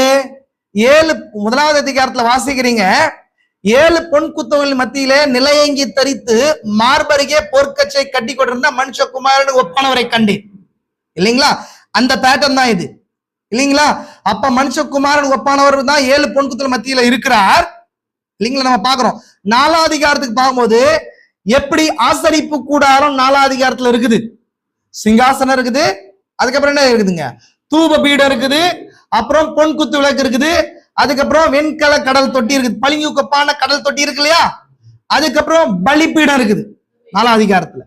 நான் தயவுசெய்து நீங்க பாருங்களேன், நான் சொல்றேன், நான் சொல்லும் போது பாருங்க. இது இருக்குது. இங்க இருக்கிற 7 அக்கினி தீபங்கள் தேவனுடைய 7 ஆவிகளாகிய அக்கினி தீபங்கள், 7 ஆவிகளாகிய அக்கினி தீபங்கள் எழுந்து கொண்டிருந்தன. இந்த 7 ஆவிகள் தான் 7 சபை காலத்துல வந்த பரிசுத்த ஆவி. புரிஞ்சுக்கலாம் உங்களுக்கு? இப்ப 1ஆம் அதிகாரத்துல நீங்க பாக்குறீங்க, பார்க்கும்போது அவரை அவருக்குள்ள 7 விதமான மகிமையில பாக்குறாரு யோவான். பாக்குறாரா இல்லையா? அவருடைய சரச மயிரும் வெண்பஞ்சை போல உறைந்த மலை போல இருந்துச்சு. அவரோட கண்கள் எப்படி இருந்துச்சு? அக்கினி ஜுவாலையை போல இருந்துச்சு. அவரோட வாயில இருக்கிற இருபுறமும் கருக்குள்ள பட்டயம் பெறப்பட்டுச்சு. அவருடைய சத்தம் பெரு வெள்ளத்து இறைச்சலை போல இருந்துச்சு. அவருடைய முகம் வெள்ளமையாய் பிரகாசிக்கிற சூரியனை போல இருந்துச்சு. அவருடைய பாதங்கள் உலைக்களத்தில் காய்ந்த பிரகாசமான வெண்கல போல இருந்துச்சு. அவரோட சத்தத்தை நான் கேட்கும் போது செத்தவனை போல பாதத்துல விழுந்தேன். அவர் என்ன சொல்றாரு? இதோ நான் மரித்தேன், சதா காலத்திலும் உயிரோடு இருக்கிறேன், பயப்படாதேன்னு சொன்னார், இல்லைங்களா? இப்ப ஒரு விஷயத்த சொல்றாங்க நீங்க. இப்ப யோவானை பார்த்து அவர் சொல்றாரு, என்ன சொல்றாரு? இதோ நான் மரித்தேன், பயப்படாதே. எதுக்காக அந்த வார்த்தையை சொல்லணும்? உங்களுக்கு சொல்றது புரியுதா உங்களுக்கு? யோவான் இப்ப செத்தவனை போல விழுறாரு, இல்லைங்களா? செத்தவனை போல விழுறாரு. டெத் யோவானை அட்டாக் பண்ற மாதிரி வச்சுக்கோங்களேன். இப்ப அவர் சொல்றாரு, நான் மரிச்சேன், நான் உயிர் தெழுந்தேன், உயிர் தெளிந்த வல்லமை எனக்கு இருக்குது, அதை உனக்கு தர. இப்போ என்ன சொல்றாரு புரியுதா உங்களுக்கு? யோவான் இப்ப என்ன பண்றாருங்க? நான் செத்தவரை போல பாதத்துல விழும்போது பயப்படாதே, நான் முந்தினவரும் பிந்தினவரும் உயிர் உள்ளவராய் இருக்கிறேன், இதோ மரித்தேன், இதோ சதாக்காலம் உயிரோடு இருக்கிறேன், நான் எதை என்கிட்ட இருக்குதோ அதை என்ன பண்றேன்? இப்ப நான் உயிர் தெழுந்த வல்லமை உனக்கு தரேன். சொல்ற நாம் நியாயப்பிரமாணத்தின் வெளிச்சத்தில் நடக்கல, உயிர் தள்ளுதலின் வல்லமையில நடக்கிறோம். சபை எதுல நடக்குது? உயிர் தள்ளுதலின் வல்லமை ஆகிய பரிசுத்தாவில நடக்குது. சரி, கவனிங்க. இப்ப அப்படி இருக்கும்போது இங்கதான் 7 தீபங்கள் வருது, அதான் 7 ஆவிகள். தேவன 7 ஆவிகள் இருக்கா? ஃபர்ஸ்ட் நம்ம காலைல படிச்சோம் இல்லைங்களா? வரங்களிலே வித்தியாசம் உண்டு, ஆவியானவர் ஒருவர். ஆனா இங்க என்ன சொல்லுது? வெளிப்படுத்த விசேஷம் வாசிக்கும் போது 7 ஆவிகள் சொல்லுது, இல்லைங்களா? அவருடைய சிங்காசனத்தை சுற்றி வானவில் இருந்ததுன்னு வாசிக்கிறோமா இல்லைங்களா? வானவில் எதுக்கு அடையாளமா இருக்குது? கவனன்ட்டுக்கு அடையாளமா இருக்குது, உடன்படிக்கை அடையாளமா இருக்குது. வானவில் எப்படி வரும்? உங்கள்கிட்ட தான் கேட்கிறேன், வானவில் எப்படி வரும்? என்னங்க? எப்படி 7 கலர் சேர்ந்தா வரும்? அதான் வானவில 7 கலர் தாங்க, 7 கலர்ஸ் எப்படி சேரும்? வானவில் எப்படி வரும்னு சொன்னா, ஒரு வெயிட் லைட் இருக்கு இல்லையா, வெள்ளை ஒளி, சூரியன் நோக்கி ஒரு வெள்ளை ஒளிய ஒரு பிரிசத்துக்கு சென்டர்ல நம்ம அடிச்சோம்னு வச்சுக்கோங்களேன், ஒரு பிரமிடுக்குள்ள நம்ம அடிச்சோம்னு சொன்னா அந்த வெளியில 7 கலர் வெளியே வரும். நான் சொல்றது புரியுதா உங்களுக்கு? ஒரு பிரிசம்னா என்னங்க? ஒரு முக்கோண வடிவில் இருக்கிற கண்ணாடிக்குள்ள நம்ம என்ன பண்றோம்னா, அந்த கண்ணாடிக்குள்ள அடிச்சோம்னு வச்சுக்கோங்களேன், அது வெளியே வரும்போது அதை என்ன பண்ணுங்க? 7 கலர்ல வரும். ஆக்சுவலி அந்த வெள்ளை ஒளியில 7 இருக்கு. அந்த பிரமிடு என்ன பண்ணுதுன்னு சொன்னா, அது 7ஆ பிரிக்கிறது. அப்ப ஒரே பரிசுத்தாவியனர் தான் சபைக்குள்ள அந்த பிரமிடுக்குள்ள வரும்போது 7ஆ பிரிகிறார். புரிஞ்சா உங்களுக்கு? இப்ப நான் உங்களுக்கு காட்டுறேன், டிஃபரெண்டா பாக்குறீங்க, நான் காட்டுறேன், கவனிங்க நல்லா.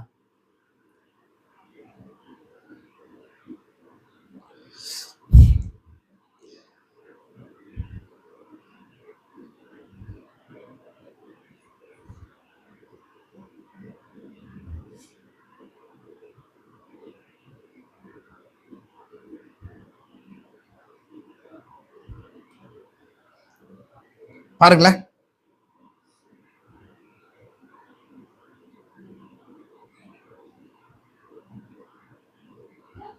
இதான் ஒரு வெள்ளை ஒளி, ஒரே பரிசுத்தாவிதான். சபை காலம் வருது. சபை காலம் எவ்வளவு? சபை காலம் அப்ப 7 சபை காலத்துக்குள்ள உள்ள போயிட்டு வெளியே வரும்போது எவ்வளவு வெளிச்சமா இருக்குது, எவ்வளவு ஒளிகளை பிரதிபலிக்குது? 7 கலரா வருது. எதுல இருந்து வருது? வெள்ளை ஒளிதான். வெள்ளைக்குள்ளதான் அந்த 7 சுவாபங்களும் இருக்குது. ஸ்பெக்ட்ரம்ஸ்னா நிறங்கள் அர்த்தம். ஸ்பெக்ட்ரம்னா நிறங்கள் அர்த்தம். அந்த 7 நிறங்களும் வெள்ளைக்குள்ள இருக்குது. ஒளி எப்படி இருக்குது? ஒளிக்குள்ள இருக்கிற ஆட்டம்ஸ் என்ன ஆட்டம்ஸ்னா போட்டான் ஆட்டம்ஸ். கரெக்டுங்களா? போட்டான்ஸ் சொல்லியிருக்கேன் இல்லைங்களா? அதுக்குள்ளதான் அந்த 7 நிரம்பிகளை உண்டு பண்ணுது. கவனிங்க நல்லா இல்லைங்களா? அது எங்க ஸ்டார்ட் ஆகி எங்க முடியுது? எந்த ஒளியில ஸ்டார்ட் ஆகுது பிரதர்? வயலட்ல இருந்து. ஒயிட் கிடையாது, வயலட்ல இருந்து ஸ்டார்ட் ஆகி ரெட்ல முடியுது. கரெக்டுங்களா? வெப்ஜிஆர் கலர்ஸ் எவ்வளவுங்க? வெப்ஜிஆர்ன்றோம் 7 கலர்ஸ். வயலட்ல தான் ஸ்டார்ட் ஆகுது இல்லைங்களா? வயலட்ல ஸ்டார்ட் ஆகி ரெட்ல முடியுது இல்லைங்களா? அப்ப சபை காலத்துல கூட அது வயலட்ல ஸ்டார்ட் ஆகி, நான் வேற ட்ராக்கே மாத்தி பேசிட்டு இருக்கிறேன், சின்ன லைன் மட்டும் பேசி நான் முடிக்கிறேன். இப்போ வயலட்ல ஸ்டார்ட் ஆச்சு எங்க? பவுலுடைய காலம். நம்மளுடைய காலம் வரும்போது ரெட்ல முடிஞ்சு. ரெட் எதுக்கு அடையாளமா இருக்குன்னு சொன்னா அன்புக்கு அடையாளம். கரெக்டா? ரெட் மீட்புக்கு அடையாளம். ரெட் என்னங்க? இப்போ அந்த ரெட் தான் இன்னைக்கு அவர் ரத்தம் தான் நமக்கு கொடுத்ததுனால ரெட்டோட வச்சு பார்க்கும்போது என்ன கலர் உருவாகும்? என்ன வரும்? ஒயிட் உருவாகும். ஒயிட் உங்களுக்கு வேணும்னா ரெட்டோட மிக்ஸ் பண்ண ஒயிட் வருமா? புரிஞ்சா உங்களுக்கு? நம்மளுடைய பாவம் ரெட்டா இருக்குது, அவருடைய ரத்தம் ரெட்டா இருக்குது. ரெட்டோட பார்க்கும்போது ஒயிட்டா மாறிடும். அப்படிதான் கிறிஸ்து உங்களுடைய பாவங்கள் சிவேர் என்று இருந்தாலும் உறைந்த பனியை போல மாத்துவன்றது அப்படிதான். சரி, நான் ட்ராக்க மாத்தாம பேசுறேன், கவனிங்களா? அப்ப இதுதான் சபை காலத்துல ஒரே ஆவிதான் தன் சுவாதங்களை 7ஆ பிரிச்சுக்கிறார். அவருக்குள்ளதான் இருந்துச்சு இது. 7ஆ பிரிச்சு வானவல் இருந்துச்சு. புரிஞ்சா உங்களுக்கு? 7ஆ வந்துச்சா இல்லைங்களா? இப்போ இதுதான், நான் திரும்ப கவனிங்க, இதுதான் இங்க வருது. இதான் 7 ஆவிகளா வருது. அந்த 7 ஆவிதான் பரிசுத்த ஆவியா இருக்குது. இதான் சபை காலங்கள் வரும்போது, இங்க கவனிங்க, சபை காலங்கள் வரும்போது சபைக்கால தூதர்களுக்கு செய்தியா வருது. சபைக்கால தூதர்களுக்கு செய்தியா வருது. ஆக்சுவலி இது ஒண்ணுதான். இப்ப தனித்தனியா இருக்கும் போது அது ஃபுல்னஸ் கிடையாது. கரெக்டுங்களா? ரெட்ன்றது ஃபுல்னஸ் கிடையாது, வயலட்ன்றது ஃபுல்னஸ் கிடையாது. அது பார்ட் ஆஃப் த ஒயிட் தான். ஒரு வெள்ளை ஒளியுடைய ஒரு பார்ட் தான் ரெட், ஒரு வெள்ளை ஒளியுடைய ஒரு பார்ட் தான் வயலட், ஒரு வெள்ளையுடைய ஒரு பார்ட் தான் என்னங்க? எல்லோ. புரிஞ்சா? இது வரைக்கும் புரிஞ்சுங்களா? இதான் சபை காலத்துல கிரியை செய்த பரிசுத்த ஆவி. அந்த கலர் தான் பரிசுத்த ஆவி. இப்ப புரிஞ்சுக்கலாம் உங்களுக்கு? இப்ப கவனிங்க, இப்ப இந்த டயகிராம் பாருங்க. பெந்தகோஸ்தே நாள் இங்க வந்துச்சு. எபேஸ் சபை காலம் ஸ்டார்ட் ஆகுது. எபேஸ் சபை காலம் ஸ்டார்ட் ஆனது எப்போ? எபேஸ் சபை காலம் ஸ்டார்ட் ஆகுது எப்போ பிரதர்? என்னங்க? 53ல ஸ்டார்ட் ஆகுது. ஆனா பெந்தகோஸ்தே ஊற்றப்பட்டது எப்போ? பெந்தகோஸ்தே ஊற்றப்பட்டது எப்போங்க? 35லயா? 2வது அதிகாரம் எப்ப நடந்துச்சு? 10 நாள்லங்க. இயேசு 40 நாள்ல நடந்துச்சுங்க. இயேசு மரிச்சு 50 நாள்ல நடக்குது, அவ்வளவுதானே? இயேசு மரிச்சது எப்போ? மரிச்சு உயிர்த்தெழுந்தது எப்போ? ஒரு 550 வருஷம் இருக்குமா? ஒரு முடிவுக்கு வாங்க, நான் அப்புறம் பேசுறேன்.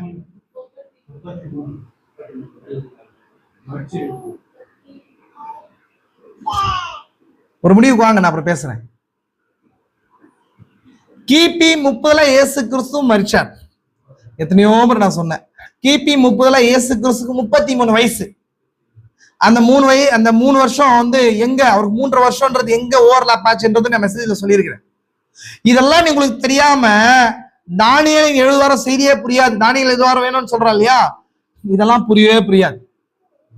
எல்லா செய்தி நம்ம எடுத்திருக்கிறோம். நம்ம என்ன பண்றோம்னா இங்க இருக்கிற செய்திய அற்பமா நினைக்கிறோம். ரியலா அதுதான்.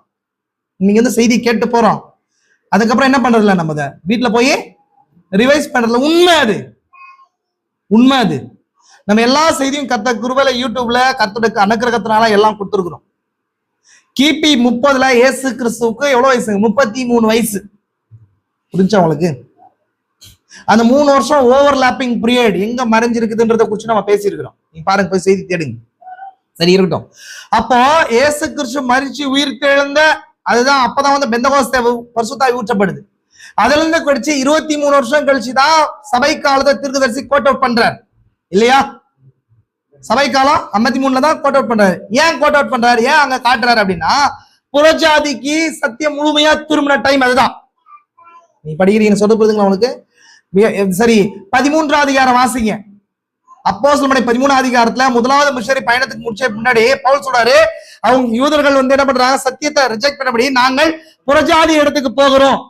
புறஜாதிகள் தமக்காக ஒரு ஜனத்தை தெரிந்து கொள்றாரு போது அங்கதான் சபை காலத்துடைய கீ ஸ்டார்ட் ஆகுது. அதுவரை அதனாலதான் பெந்தகோஸ்தே வந்த காலத்துல கணக்கு இல்ல. அதனாலதான் சொல்லப்படுது, நீ ஆதியிலிருந்து கொண்ட அன்பை விட்டா என்று உன் பேரில் குறைன்னு சொன்னார் இல்லையா. ஆதி அன்பு இருந்துச்சு ஸ்டார்டிங்ல. பெந்தகோஸ்தே அதாவது இவங்க ஆதி அப்போஸ்தலர் இருந்த காலம் வரைக்கும் இருந்துச்சு. புரிஞ்சுங்களா உங்களுக்கு? இங்க 53 ஸ்டார்ட் ஆகுது. இப்ப நீங்க பாருங்க, இப்ப இங்க ஸ்டார்ட் ஆகும்போது இது இருக்கு, இதுல ஒரு சின்ன பார்ட் பிளாக் லைன் இருக்கு. புரிஞ்சா உங்களுக்கு? ஒரு சின்ன பார்ட் பிளாக் லைன் இருக்கு.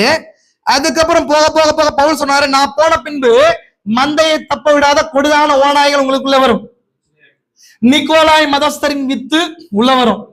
நிக்கோ அப்படின்னாங்க சபை மேற்கொள்ளுதல் அர்த்தம் இல்லைங்களா. அப்போ சபைக்குள்ள பிஷப்ஸ் ஏற்படுத்துற முறை, இந்த சபை காலங்களுக்குள்ள போல சின்ன லைன் சொல்றேன். அப்ப அந்த ஏற்படுத்துற முறை மனுஷ ஞானங்கள் முறைகள் என்ன பண்ணுச்சுங்க, சபைக்குள்ள உள்ள புகுந்து பரிசுத்தாய் வெளியேற ஆரம்பிச்சார். புரிஞ்சா உங்களுக்கு?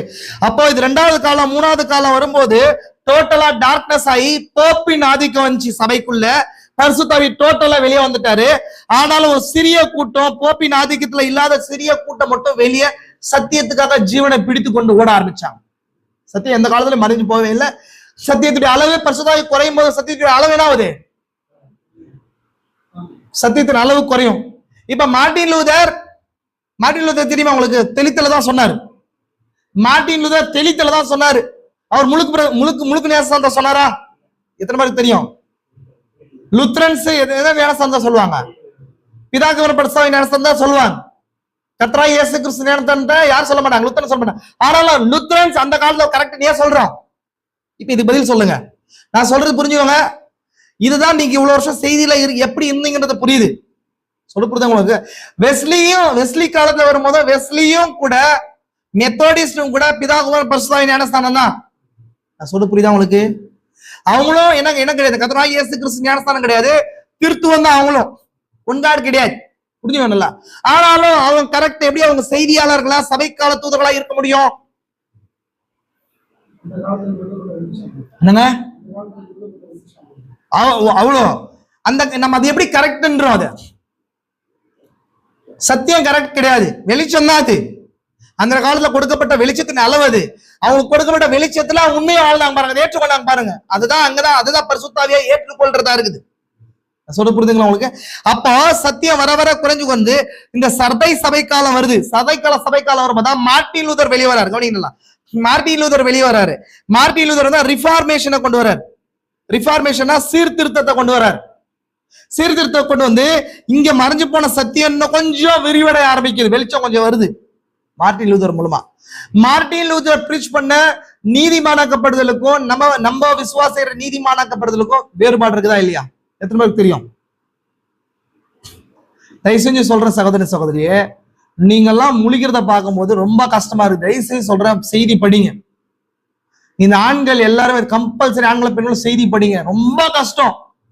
நான் சொல்றேன், தப்பா நினைச்சுக்காதீங்க, ரொம்ப கஷ்டம். நம்ம இந்த லட்சணத்துல வச்சு எதுவுமே பண்ண முடியாது. மார்ட்டின் லூதர் பிரீச் பண்ண இது நீதிமானாக்கப்படுதல் இனிஷியல் ஸ்டேஜ். அது நீதிமானாக்கப்படுதல் என்ன? நீதிமானாக்கப்படுதல் என்னங்க சொல்லுங்க? காலையில தான் சொன்னேன். நீதிமானாக்கப்படுதல் என்ன? நீதிமான்னா யாரு? Righteous man, right before God என அர்த்தம். தேவனுக்கு முன்பாக சரியா இருக்கிறது. அதான் ரைட்னா என்னங்க? கரெக்டா இருக்கிறாருப்பா. அப்படி தேவனுக்கு முன்பாக யாராவது கரெக்டா இருக்க முடியுமா? நான் கேட்கிறேன் உங்களை. தேவனுக்கு கண்ணுக்கு பர்ஃபெக்டா ஒரு நபர் இருக்க முடியுமாங்க?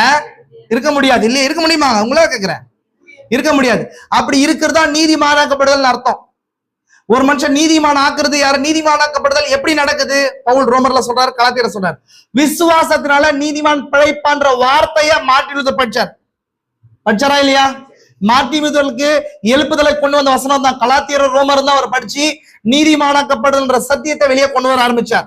அதுக்கு முன்பதாக சபை ரட்சிக்கப்படுறதுக்கு கிரியை செய்யணும்னு சொல்லிச்சு. எது? ரோமன் கேத்தலிக்க சபை. மார்ட்டின் லூதர் பைபிளை படிக்க ஆரம்பிச்சார். படிக்க ஆரம்பிக்கும் போது சபை கடுமையான சட்டங்களினால ரட்சிப்பை கடுமையாக்கி சபையுடைய உபதேசத்தினால சபை கட்டி வச்சுக்கும் போது ஒரு மனுஷன் ரட்சிக்கப்படுவதற்கு விசுவாசித்தா போதும், விசுவாசம் ஒரு மனுஷன் நீதிமானாக்குது அப்படின்றத படிக்க ஆரம்பிச்சார். விசுவாசத்தினால் நீதிமான் பிழைப்பான் என்று எழுதி இருக்குதுன்னு சொல்லி பவுல் சொன்ன அந்த காரியத்தை படிச்ச உடனே அவர் விழித்திட ஆரம்பிச்சார்.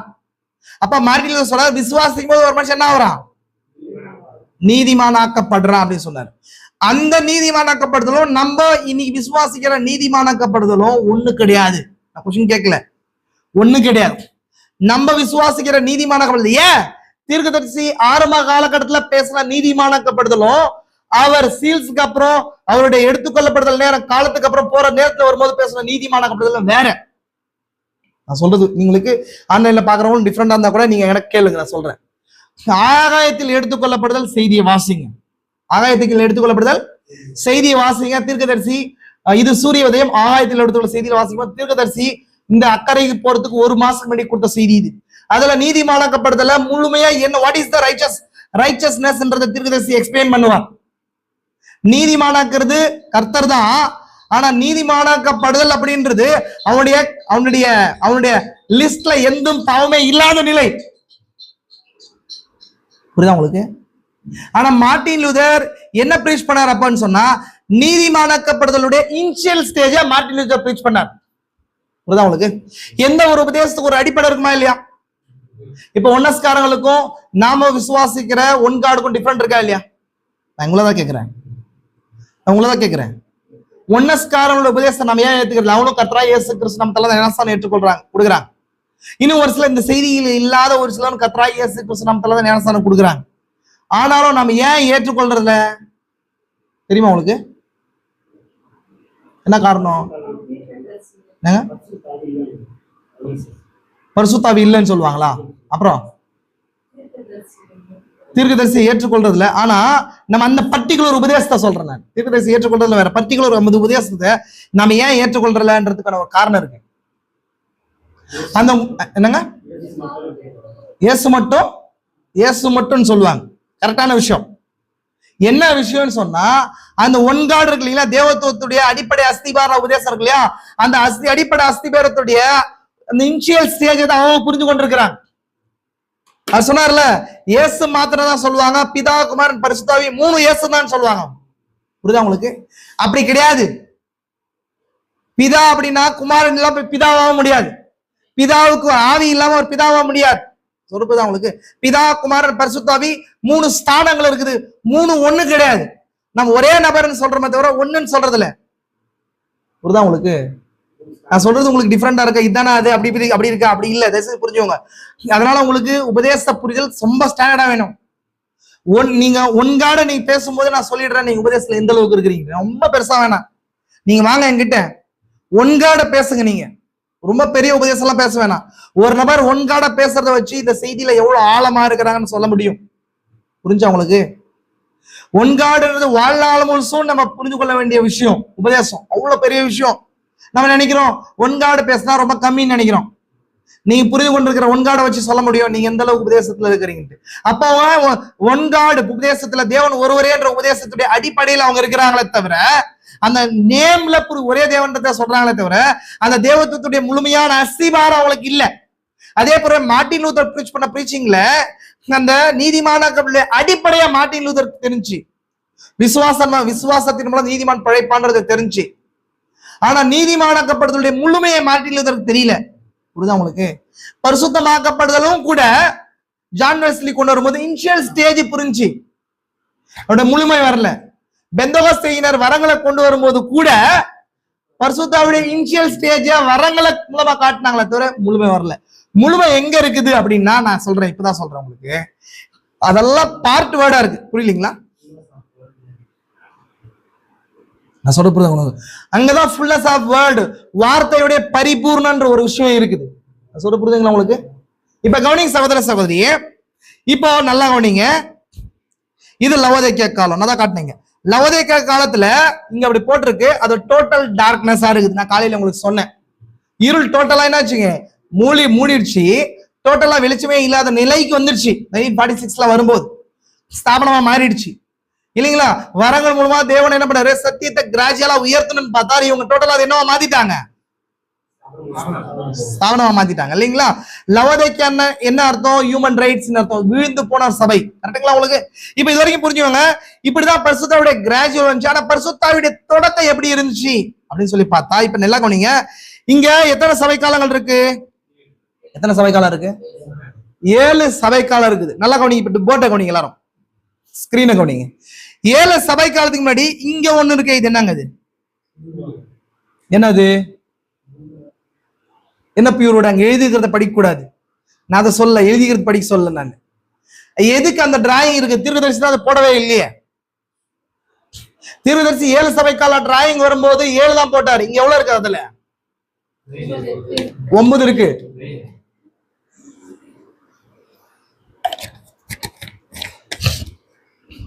புரியுதா உங்களுக்கு? என்னங்க? பரிசுத்தாவி இறங்கி வந்தது கிடையாது. அது முழுமையான உபதேசம் கிடையாது. பவுலுடைய உபதேசம் முழுமையான உபதேசம் கிடையாது. அதன் எபேசு சபை காலம் வரும்போது பவுலுடைய உபதேசம். புரியுதா உங்களுக்கு? அந்த பியூர் வேர்டுன்றது யார்? பியூர் வேர்டு இயேசு கிறிஸ்து தான். அது முழுமையான அவருக்குள்ளதான் ஆவியுடைய அளவு இல்லாம இருந்துச்சு. தேவன் என்னவா இருக்கிறாரோ அதெல்லாம் அதோடைய முழுமை யாருக்குள்ள இருந்துச்சு? இயேசுக்குள்ள இருந்துச்சு. கிறிஸ்து இயேசுக்குள்ள இருந்தார். கிறிஸ்து பரிசுத்தாவி தேவனுடைய ஆவி. அதென்ன சொல்லுது? தேவத்துவத்தின் பரிபூர்ணம் எல்லாம் தேவன் என்னவா இருக்கிறாரோ அதெல்லாம் சரீர பிரகாரமாக இவருக்குள் வாசமாய் இருக்கிறது. இந்த சரீரத்துக்குள்ள தேவத்துவத்தின் முழு பரிபூர்ணமும் அதுக்குள்ள இருந்துச்சு இல்ல?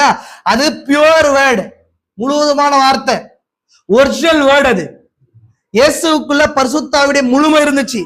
தேவன் என்னவா இருக்கிறாரோ அதெல்லாம் சரீரத்துக்குள்ள இருந்து பார்த்தா. அதனால வசனம் சொல்லுது, 1 தீமோத்தேயு 3:16 சொல்லுது, and without controversy the great is the mystery God manifested in flesh. தேவன் மாம்சத்துல வெளிப்பட்டார். அதுதான் விஷயம். புரிதுங்களா உங்களுக்கு? ஆனா இயேசு கிறிஸ்து போன பின்னாடி அந்த பியூர் வேர்டு இல்ல.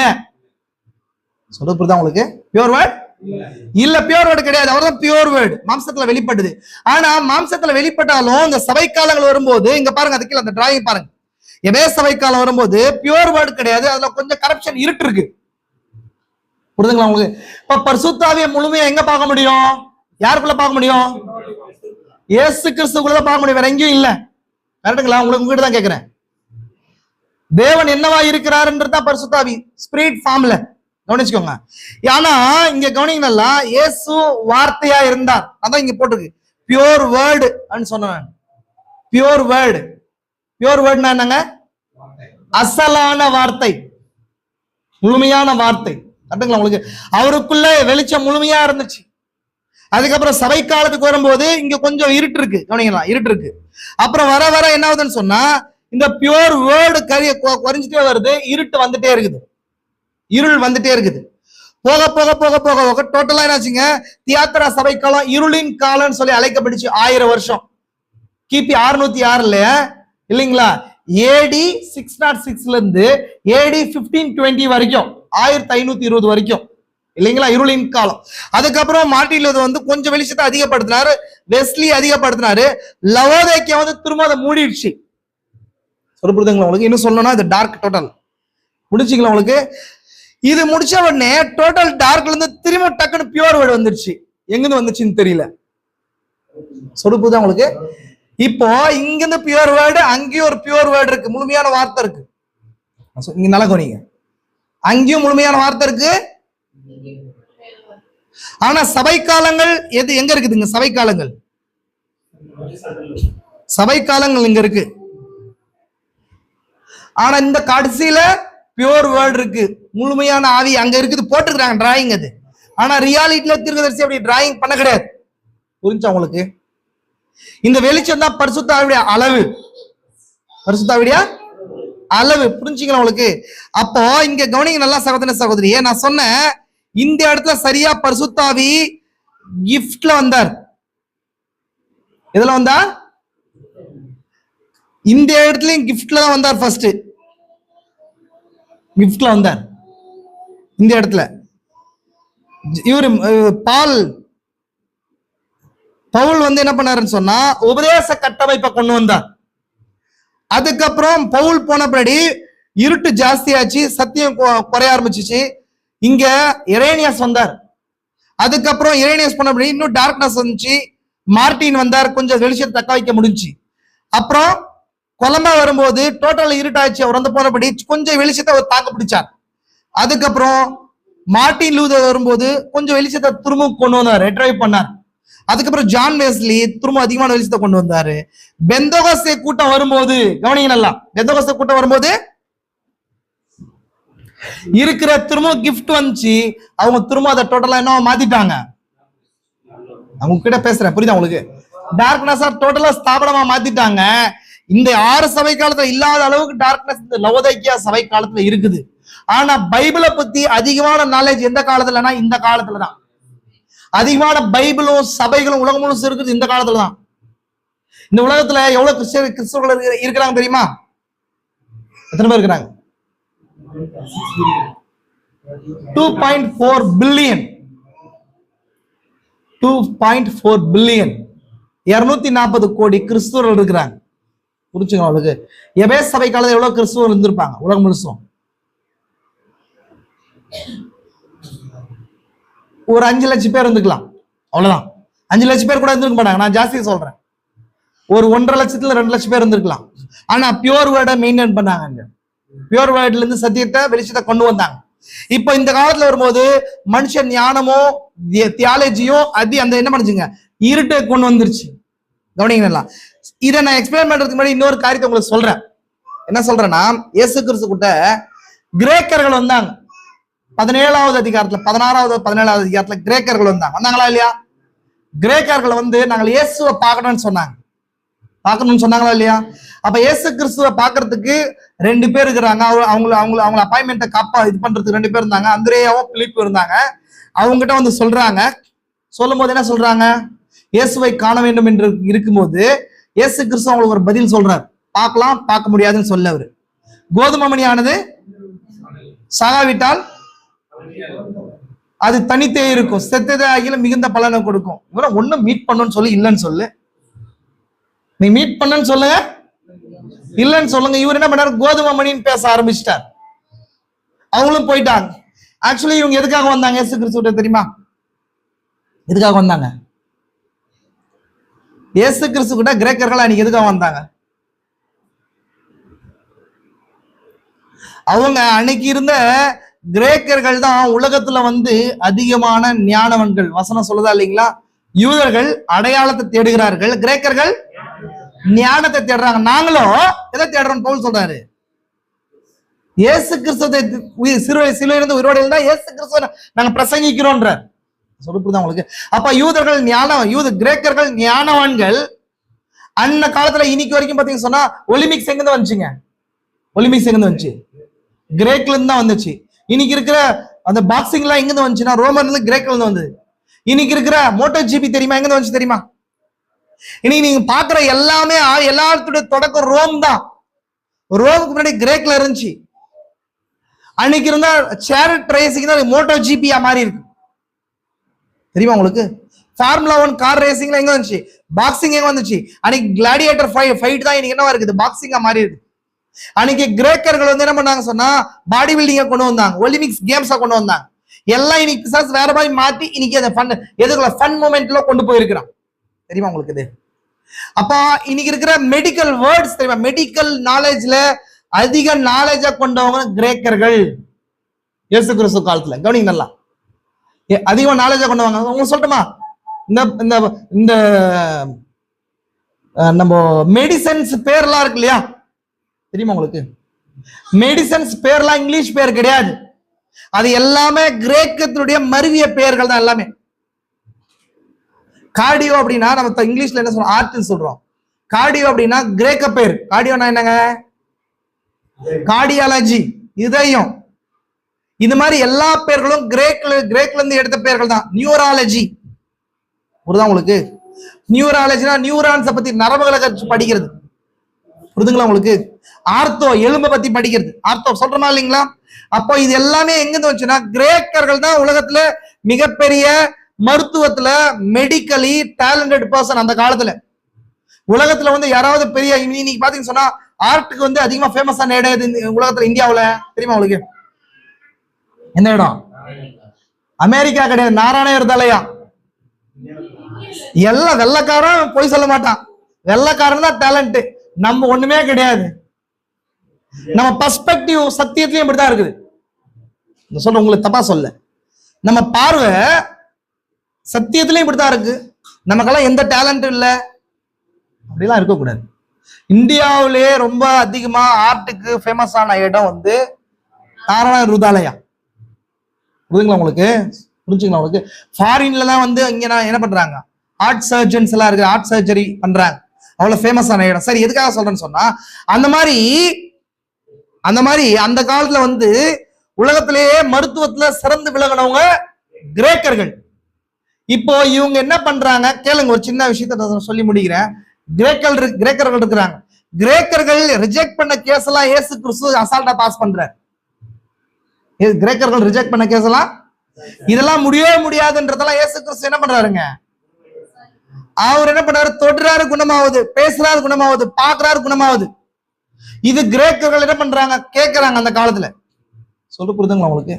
கிரேக்கர்கள் என்ன பண்றாங்க, என்ன அது என்ன நம்ம பல்லாயிரம் வருஷமா அரிஸ்டாட்டில் இருந்து, பிளாட்டோல இருந்து, சாக்ரட்டிஸ்ல இருந்து பலவிதமான ஞானிகளும் கலியுமான்களும் நம்ம நபர்கள் இருந்து படிச்சு, இது அது இல்லாம சர்ஜிக்கல்ல இருந்து மனுஷனுடைய அனடாமில இருந்து எல்லாமே ரிசர்ச் பண்ணி பார்த்ததுல நம்ம புரியாத விஷயங்கள்லாம் வந்து கலிலேயாவில் இருக்கிற ஒரு யூத வாலிபன் பேசுறது மூலம் சுகமாவது.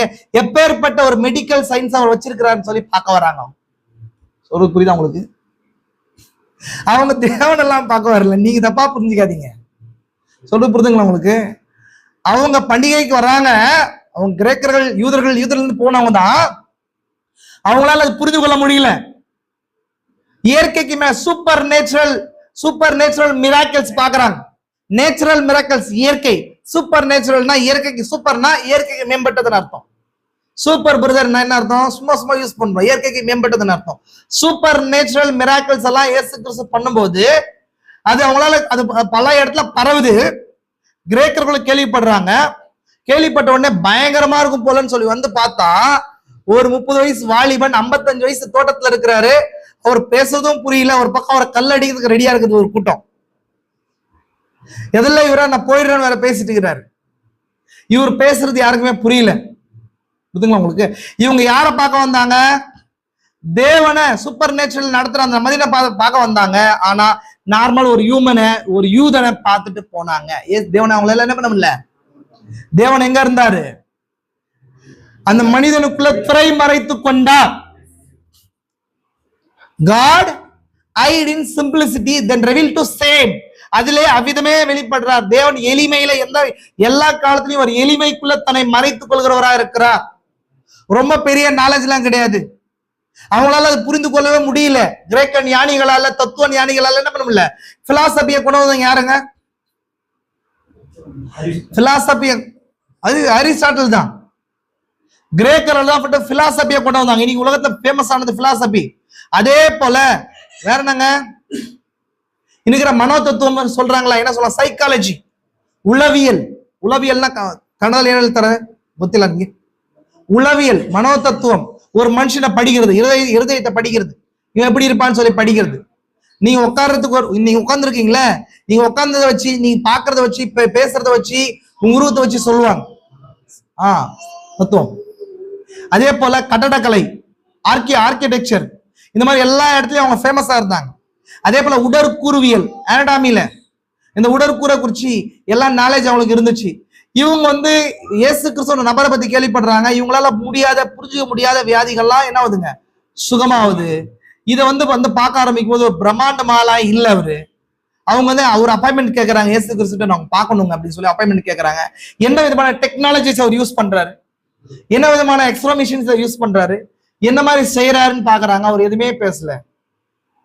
இவருக்கு தெரிஞ்சிருச்சு அவர் இருதயத்துக்குள் இருப்பதை அவர் அறிந்தபடியால் ஒருவரும் அவர் மற்றவங்களை குறிச்சு சாட்சி கொடுக்க அவருக்கு தேவையே இல்லை. இவங்க ஜென்டைல்ஸா இருக்காங்க, புறஜாதிகளா இருக்கிறாங்க. அப்ப இயேசு கிறிஸ்து ஒரு பதில் சொல்றாரு. என்ன பதில் சொல்றார்? கோதுமை மணியாது இந்த பேசுறதும் புரியல, பண்றதும் புரியல, பதில் சொல்றதும் புரியல. இப்ப யாருக்குமே புரியல, போயிட்டாங்க. அவர் சொன்னார் ஒரு ஆன்சரை, கரெக்டான ஆன்சரை தான் என்ன பண்ணாருங்க சொன்னாரு, ஆனா புரிஞ்சுக்க முடியல. அவர் என்ன சொல்றாரு, தேவனை பார்க்கணும் வந்து அவங்க ஏதோ யாரை பார்த்துட்டு போனாங்க, ஒரு யூதனை பார்த்துட்டு போவாங்க, தோளுக்குள்ள இருக்கிற தேவனை அவங்க பார்க்கவே இல்லை, தோல்ல மட்டும் தான் பார்த்துட்டு போறாங்க. அப்ப இயேசு கிறிஸ்து சொல்றாரு, கோதுமை மணியானது நிலத்திலிருந்து சாகாவிட்டால் அது தனித்து இருக்கும், செத்ததே ஆகில் மிகுந்த பலனை கொடுக்கும். நான் இப்ப என்ன வந்திருக்கிறேன், நான் தான் அந்த கோதுமை மணி இல்லையா, எனக்குள்ளதான் அந்த ஜீவன் இருக்கு, நீங்க தேடுற ஜீவன் எனக்குள்ளதான் இருக்குது இல்லைங்களா. நான் இப்போ யூதனுக்காக வந்திருக்கிறேன், யாருக்காக வரல, புறஜாதிக்காக வரல. நான் விழுந்து சாவுறேன் மீன்ஸ் நான் ஒரு கோதுமை மணிலிருந்து விழுந்து என்ன ஆகுது, உயிர் தெழுதல் வரும்போது எனக்குள்ள இருக்கிற ஜீவன் பல கோதுமை மணிகளா மாறும். எப்பொழுதுமே கோதுமை மணி வந்து பாடி அடையாளம், கோதுமை மணி சரீரத்துக்கு அடையாளம், புரிஞ்சுக்கோங்க நல்லா. அதனாலதான் எப்ப அப்பம் வந்து சரீரத்துக்கு அடையாளம், நம்ம ராப்போஜனத்துல கணிசரிக்கிற அப்பம் சரீரத்துக்கு அடையாளம், புரிஞ்சா உங்களுக்கு. அப்ப அந்த கோதுமை மணி இருக்கு இல்லையா, அந்த கோதுமை மணிக்குள்ள ஜீவன் இருக்கு. Seed, what is a seed நம்ம சொன்னோம், contain part of the life ன்னு சொன்னோம், ஜீவனை கண்டெயின் பண்ணி இருக்கிற பகுதின்னு சொன்னோம் இல்லைங்களா. அப்ப இது விழுந்த நிலத்துல சாகாவிட்டால் தனித்திருக்கும். இப்ப இயேசு கிறிஸ்து பியூர் வேர்ட், அவர் நிலத்துல விழுந்தோம், நிலத்துல வந்து என்ன பண்ணுங்க, மரிச்சு உயிர் தெழுந்து இல்லைங்களா, உயிர் தெழுந்து வேலை கோதுமை மணிகளை வரணும் இல்லையா, ஜீவன் வெளியே வரணும் இல்லையா. அதான் பெந்தோகோஸ்தே நாள்ல வந்த சபை. நான் சொல்ல புரியுதா உங்களுக்கு, பெந்தோகோஸ்தே நாள்ல வந்த சபை தான் அந்த கோதுமை மணியுடைய உயிர் தெழுதலால வந்தது. அப்போ கோதுமை மணி நிலத்துல விழுந்து வெளியே வரும்போது வருதுன்னு வச்சுக்கோங்களேன், அது கோதுமை மணி மாதிரி இருக்குமா? நான் உங்ககிட்ட தான் கேட்கிறேன்.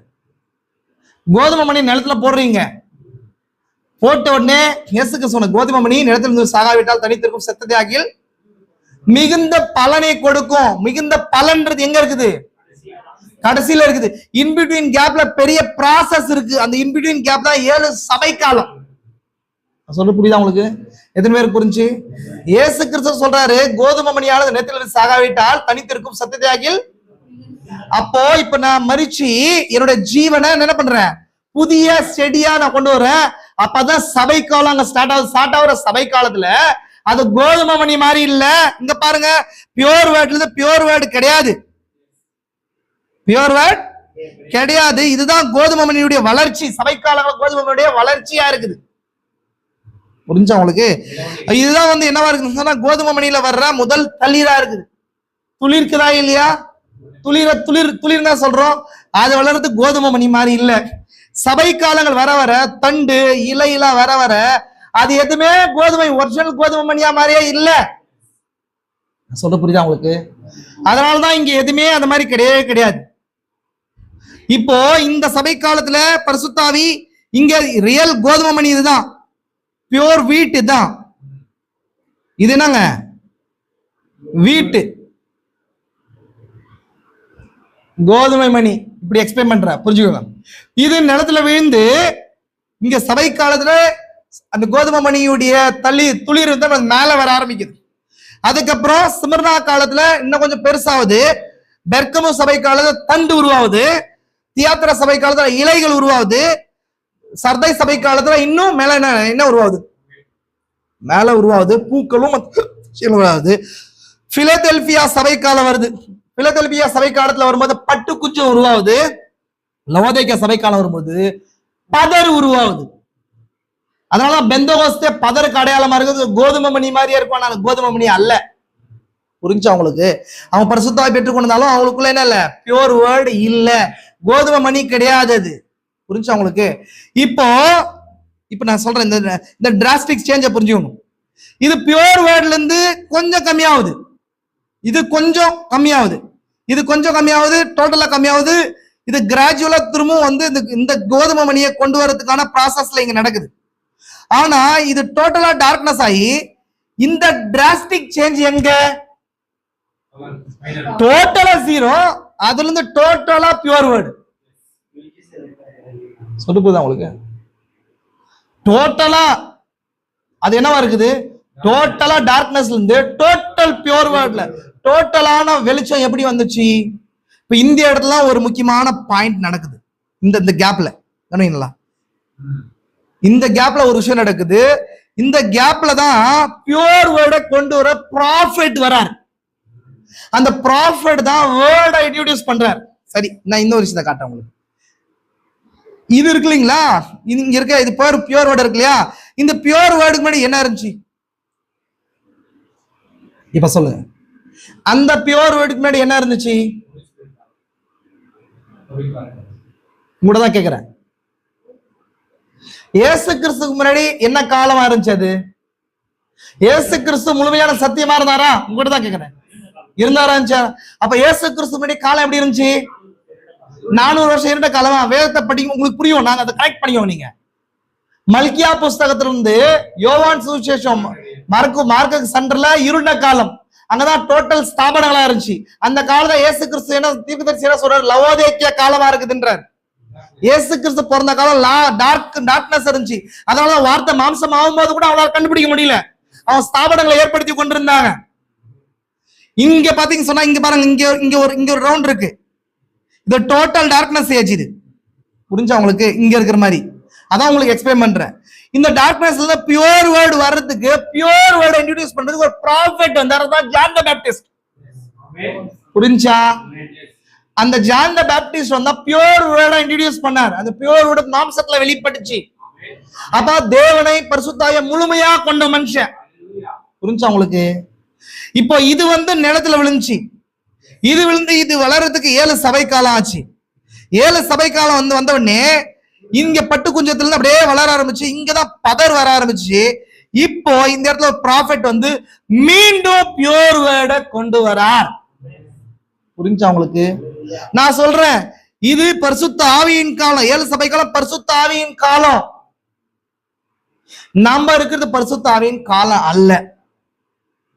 சொல்லு, புரியுதா உங்களுக்கு? நம்ம இருக்கிறது என்ன காலம் கிடையாது? பரிசுத்த ஆவியின் காலம் கிடையாது, வார்த்தையின் காலம். 7 சபை காலத்துல பரிசுத்த ஆவி. 7 சபை காலத்துக்கு முன்னாடி இருந்தது என்ன காலம்? 7 சபை காலத்துக்கு முன்னாடி தேவன் என்னவா வெளிப்பட்டார்? வார்த்தையா வெளிப்பட்டார். அப்படிதான் சபை காலத்துல ஆவியை வெளிப்பட்டார். திரும்பவும் என்னவா வெளிப்படணும்? வார்த்தையா வெளிப்படணும். அப்போ நமக்கு இருக்கிற காலம் என்ன காலம்? வார்த்தையின் காலம். இது இங்க இருந்த அதே கோதுமை மணி இந்த இடத்துக்கு வரும்போது பல கோதுமை மணிகளா மாறிச்சு. இததான் இயேசு கிறிஸ்து 2000 வருஷம் சொன்னாரு, நிலத்தில் விழுந்த சத்த கோதுமை மணி மேல பல கோதுமை மணிகளா பலன் கொடுக்கும்னு சொன்னார். யாரை குறிச்சு சொன்னாரு? உங்களுடைய என்னை வச்சு சொன்னார். புரிஞ்சா உங்களுக்கு? அந்த கோதுமை மணி யாரா இருக்கிறோம்? நாமளாதான் அந்த கோதுமை மணி இருக்கிறோம். இந்த கோதுமை மணி இந்த பியூர் வேர்டை கொண்டு வந்தது எதுன்னு சொன்னா ஒரு ப்ராஃபெட், செய்தியாளன் தான். அந்த செய்தியாளன் தான் என்ன பண்ண? இன்ட்ரோடியூசர். அவர் தான் என்ன பண்ணாருன்னு சொன்னா வார்த்தையே கொண்டு வந்தார். திரும்ப நான் அதெல்லாம் சொன்னேன், தீர்க்கதரிசி வரும்போது அது அதிகமான வெளிச்சத்துல 24 ஹவர்ஸ்க்குள்ள பெந்தகோஸ்தே விழுந்து போய் அது 40 வருஷம் கழிச்சு 24 ஹவர்ஸ்க்குள்ள தீர்க்கதரிசி காட்சிக்குள்ள திரும்பவும் யோவான் ஸ்நானகனோட ஊழியத்தின் மூலமா என்ன பண்ணாரு? எதை கொண்டு வந்தார்? திரும்ப வார்த்தையை கொண்டு வந்தார். 7 சபை காலங்கள் பாருங்க. நான் ஒன்று சொல்றேன். ஃபர்ஸ்ட் மனுஷகுமாரோட ஊழியம். மனுஷகுமாரோட ஊழியம் என்ன? What is the son of man ministry? தேவன் மாசத்துல வெளிப்படுறது. தேவகுமாரோட ஊழியம் எது? என்ன? பரிசுத்த ஆவி. கரெக்ட்டுங்களா? திரும்ப மனுஷகுமாரோட ஊழியம் என்ன? திரும்ப மாசத்துல வெளிப்படுறது. அப்ப நாம தேவகுமாரோட ஊழியத்தின் காலத்துல இருக்கிறோமா? மனுஷகுமாரோட ஊழியத்தின் காலத்துல இருக்கிறோமா? கரெக்டுங்களா? தேவகுமாரனுடைய காலம் சபை காலத்தோட முடியுது, லவோதேக்கியாவோட முடியுது. நாம லவோதேக்கியாவுல இல்ல. எத்தனை பேர் நம்புறீங்க? நம்ம சபை காலத்துல இருக்கிறோமா இல்லையான்றது ஒரு செய்தி எடுக்கிறேன், நீங்க அப்ப புரிஞ்சுக்கொள்ள முடியும். புரிஞ்சுக்கலாம் உங்களுக்கு? நம்ம எங்க இருக்கிறோம்னு சொன்னா பியூர் வேர்ட் ஏஜ்ல இருக்கிறோம். லவோதேக்கியாவுல நம்ம இல்ல. நம்ம எங்க இருக்கிறோம்? லவோதேக்கியாவுல வெளியே இருக்கிறோம். பியூர் வேர்ட் முழுமையான கோதுமை மணி விழுந்து அது அநேக கோதுமை மணிகள் ப்ரொடியூஸ் பண்ண காலத்துல இருக்கிறோம். எது மாதிரி என்ன மாம்சத்துல இயேசு கிறிஸ்துக்குள்ள தேவன் இருந்தார் இல்லையா, அது திரும்ப ரீப்ரொடியூஸ் பண்ற இங்க பதர்ல இருந்து திரும்ப என்ன மாதிரி இருக்குது? கோதுமை மணிகள் இருக்குது. கோதுமை மணி தான் பியூர் வேர்ட். அது கொண்டு வர்றதுக்கு ஒரு ப்ராஃபெட், இங்கேயும் ஒரு ப்ராஃபெட் வந்தாரு, இந்த இடத்துல ஒரு ப்ராஃபெட் வந்திருக்கிறார். யோவான் ஸ்நானன் அங்க அதே ஏலியா, திரும்ப இங்கேயும் அதே ஏலியா வந்திருக்கிறார். புரிஞ்சா உங்களுக்கு? அப்ப தீர்க்கதரிசி இங்க வந்துதான் திரும்பவும் வார்த்தையை கொண்டு வரார், முன்மாறி பின்மாறி அபிஷேகத்தை கொண்டு ஊழியத்தை கொண்டு வரார் இல்லைங்களா? அப்ப இந்த இடத்துல திரும்ப ஒரு முன்மாறி வந்துச்சு. முன்மாறி வந்துச்சா இல்லைங்களா? பெந்தகோஸ்தே நாள் வந்தது முன்மாறியா இல்லையா? புரியுதுங்களா உங்களுக்கு? மாம்சமான ஆவியை மாம்சமான ஆவியை ஊற்றுவேன் சொன்னாரா இல்லைங்களா? இப்ப திரும்ப இந்த சபை காலம் வரும்போது என்ன வரணும்? என்ன வரணும்? மின்மாறி பின்மாறி ரெண்டும் சேர்ந்து வரணும். முன்மாறினா என்ன அர்த்தம்? மாறினா என்ன அர்த்தம்? மழைன்னு அர்த்தம். அந்த மழை பரிசுத்த ஆவிக்கு அடையாளமா இருக்குது. மீண்டும் முன்மாறி வரணும்னா வரங்கள் கிடையாது, புரிஞ்சுக்கோங்க. பெந்தகோஸ்தே கிடையாது, அது மூரேன்னு சொல்லப்படுது. மூரேன்னு என்னங்க? போதக மழை. தீர்க்கதரிசி 1947 இருந்து 63 வரைக்கும் போதகத்தை கொண்டு வந்தார். அது போதக மழை. அது என்னதுன்னு சொன்னா அறுவடை காலத்துல வருது. பெந்தகோஸ்தே காலம் அறுவடையின் காலம் கிடையாது, பழைய ஏற்பாட்டினுடைய அறுவடை அது. புதிய ஏற்பாட்டுடைய அது வித்து போடப்படுகிற காலம். போடப்பட வித்து யாரு? இயேசு கிறிஸ்து இல்லைங்களா? அப்ப வித்து போடப்படும் போது முன்மாறி, வித்து அறுவடை ஆகும் போது பின்மாறி. ஆனா வித்து அறுவடை ஆகிற நேரத்திலேயே 2 மழைகள் பெய்யும். வித்து பக்குவப்படுறதுக்கு முன்பதாக இந்த பதரும் வித்தா மாறுற அந்த ஸ்டேஜ்ல ஒரு மழை பெய்யும், அது ஒரு முன்மாறி. அதுக்கப்புறம் அறுவடை நேரத்துல ஒரு மழை பெய்யும், அது பின்மாறி. முன்மாறி பின்மாறி சேர்ந்தே ஒரு இடத்துல பெய்யும். புரியுதா? தீர்க்கதரிசி 1947 இருந்து 63 வரைக்கும் தீர்க்கதரிசி உபதேசத்தை கொண்டு வந்தாரு. 7 சபை காலங்களா வீழ்ந்து போன எல்லா உபதேசத்தையும் ரிட்ரைவ் பண்ணார். அவர் உபதேசத்துல பரிசுத்த ஆவி என்னன்றது அப்பதான் பேசினார். சபை காலங்கள் இருக்குதான்றது அப்பதான் பேசினார். ஸ்தாபனம்னா என்னது அப்படிதான் பேசினார். எல்லா காரியத்தையும் அங்க பேசினார் தீர்க்கதரிசி. அது என்ன இருக்குது? முன்மாறியா இருக்குது. புரிஞ்சுங்களா உங்களுக்கு? அப்போ நல்லா புரிஞ்சுக்கோங்க. முன்மாறி என்ன பண்ணுதுங்க? வித்தை கொண்டு வருது. புரிஞ்சுக்கலாம் உங்களுக்கு? பின்மாறின்றது ஒரு ரீஃபில்லிங்கா இருக்குது. நம்ம முன்னாடி மெசேஜ் எடுத்திருக்கிறோம், 3 மெசேஜ் எடுத்திருக்கோம் பாருங்க. ரொம்ப டீட்டெயிலா அந்த காரியத்தை நம்ம எக்ஸ்பிளைன் பண்ணியிருக்கோம். அப்போ இந்த பின்மாறி அபிஷேகம் வித்தை என்ன பண்ணுது? அது முதிர்ச்சிக்குள்ள கொண்டு வர்றது. அப்ப இங்க மீண்டுமா பியோர் வேர்டு வந்திருக்குது. இந்த பியோர் வேர்டு தான் திரும்ப தேவனை ஒரு சரீரத்துக்குள்ள கொண்டு வருது. சரீரத்துக்குள்ள கொண்டு வருது. சபை காலங்கள்ல பரிசுத்தாவி இப்படிதான் கிராஜுவலா வந்துட்டே இருக்கிறாரு.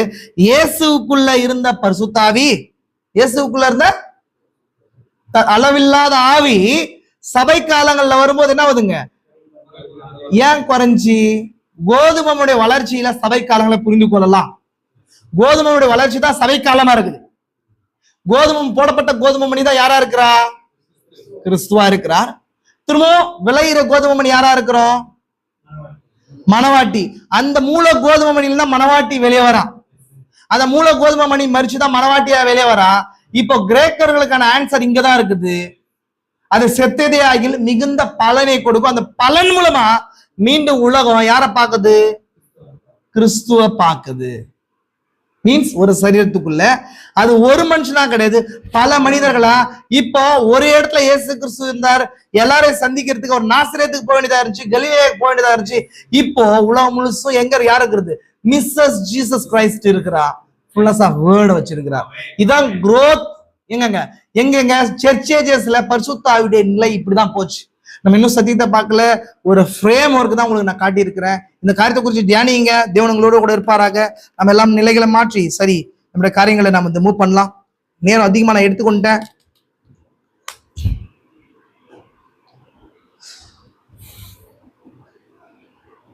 நிலைகளை மாற்றலாம் வரலாம்னு நினைக்கிறேன்.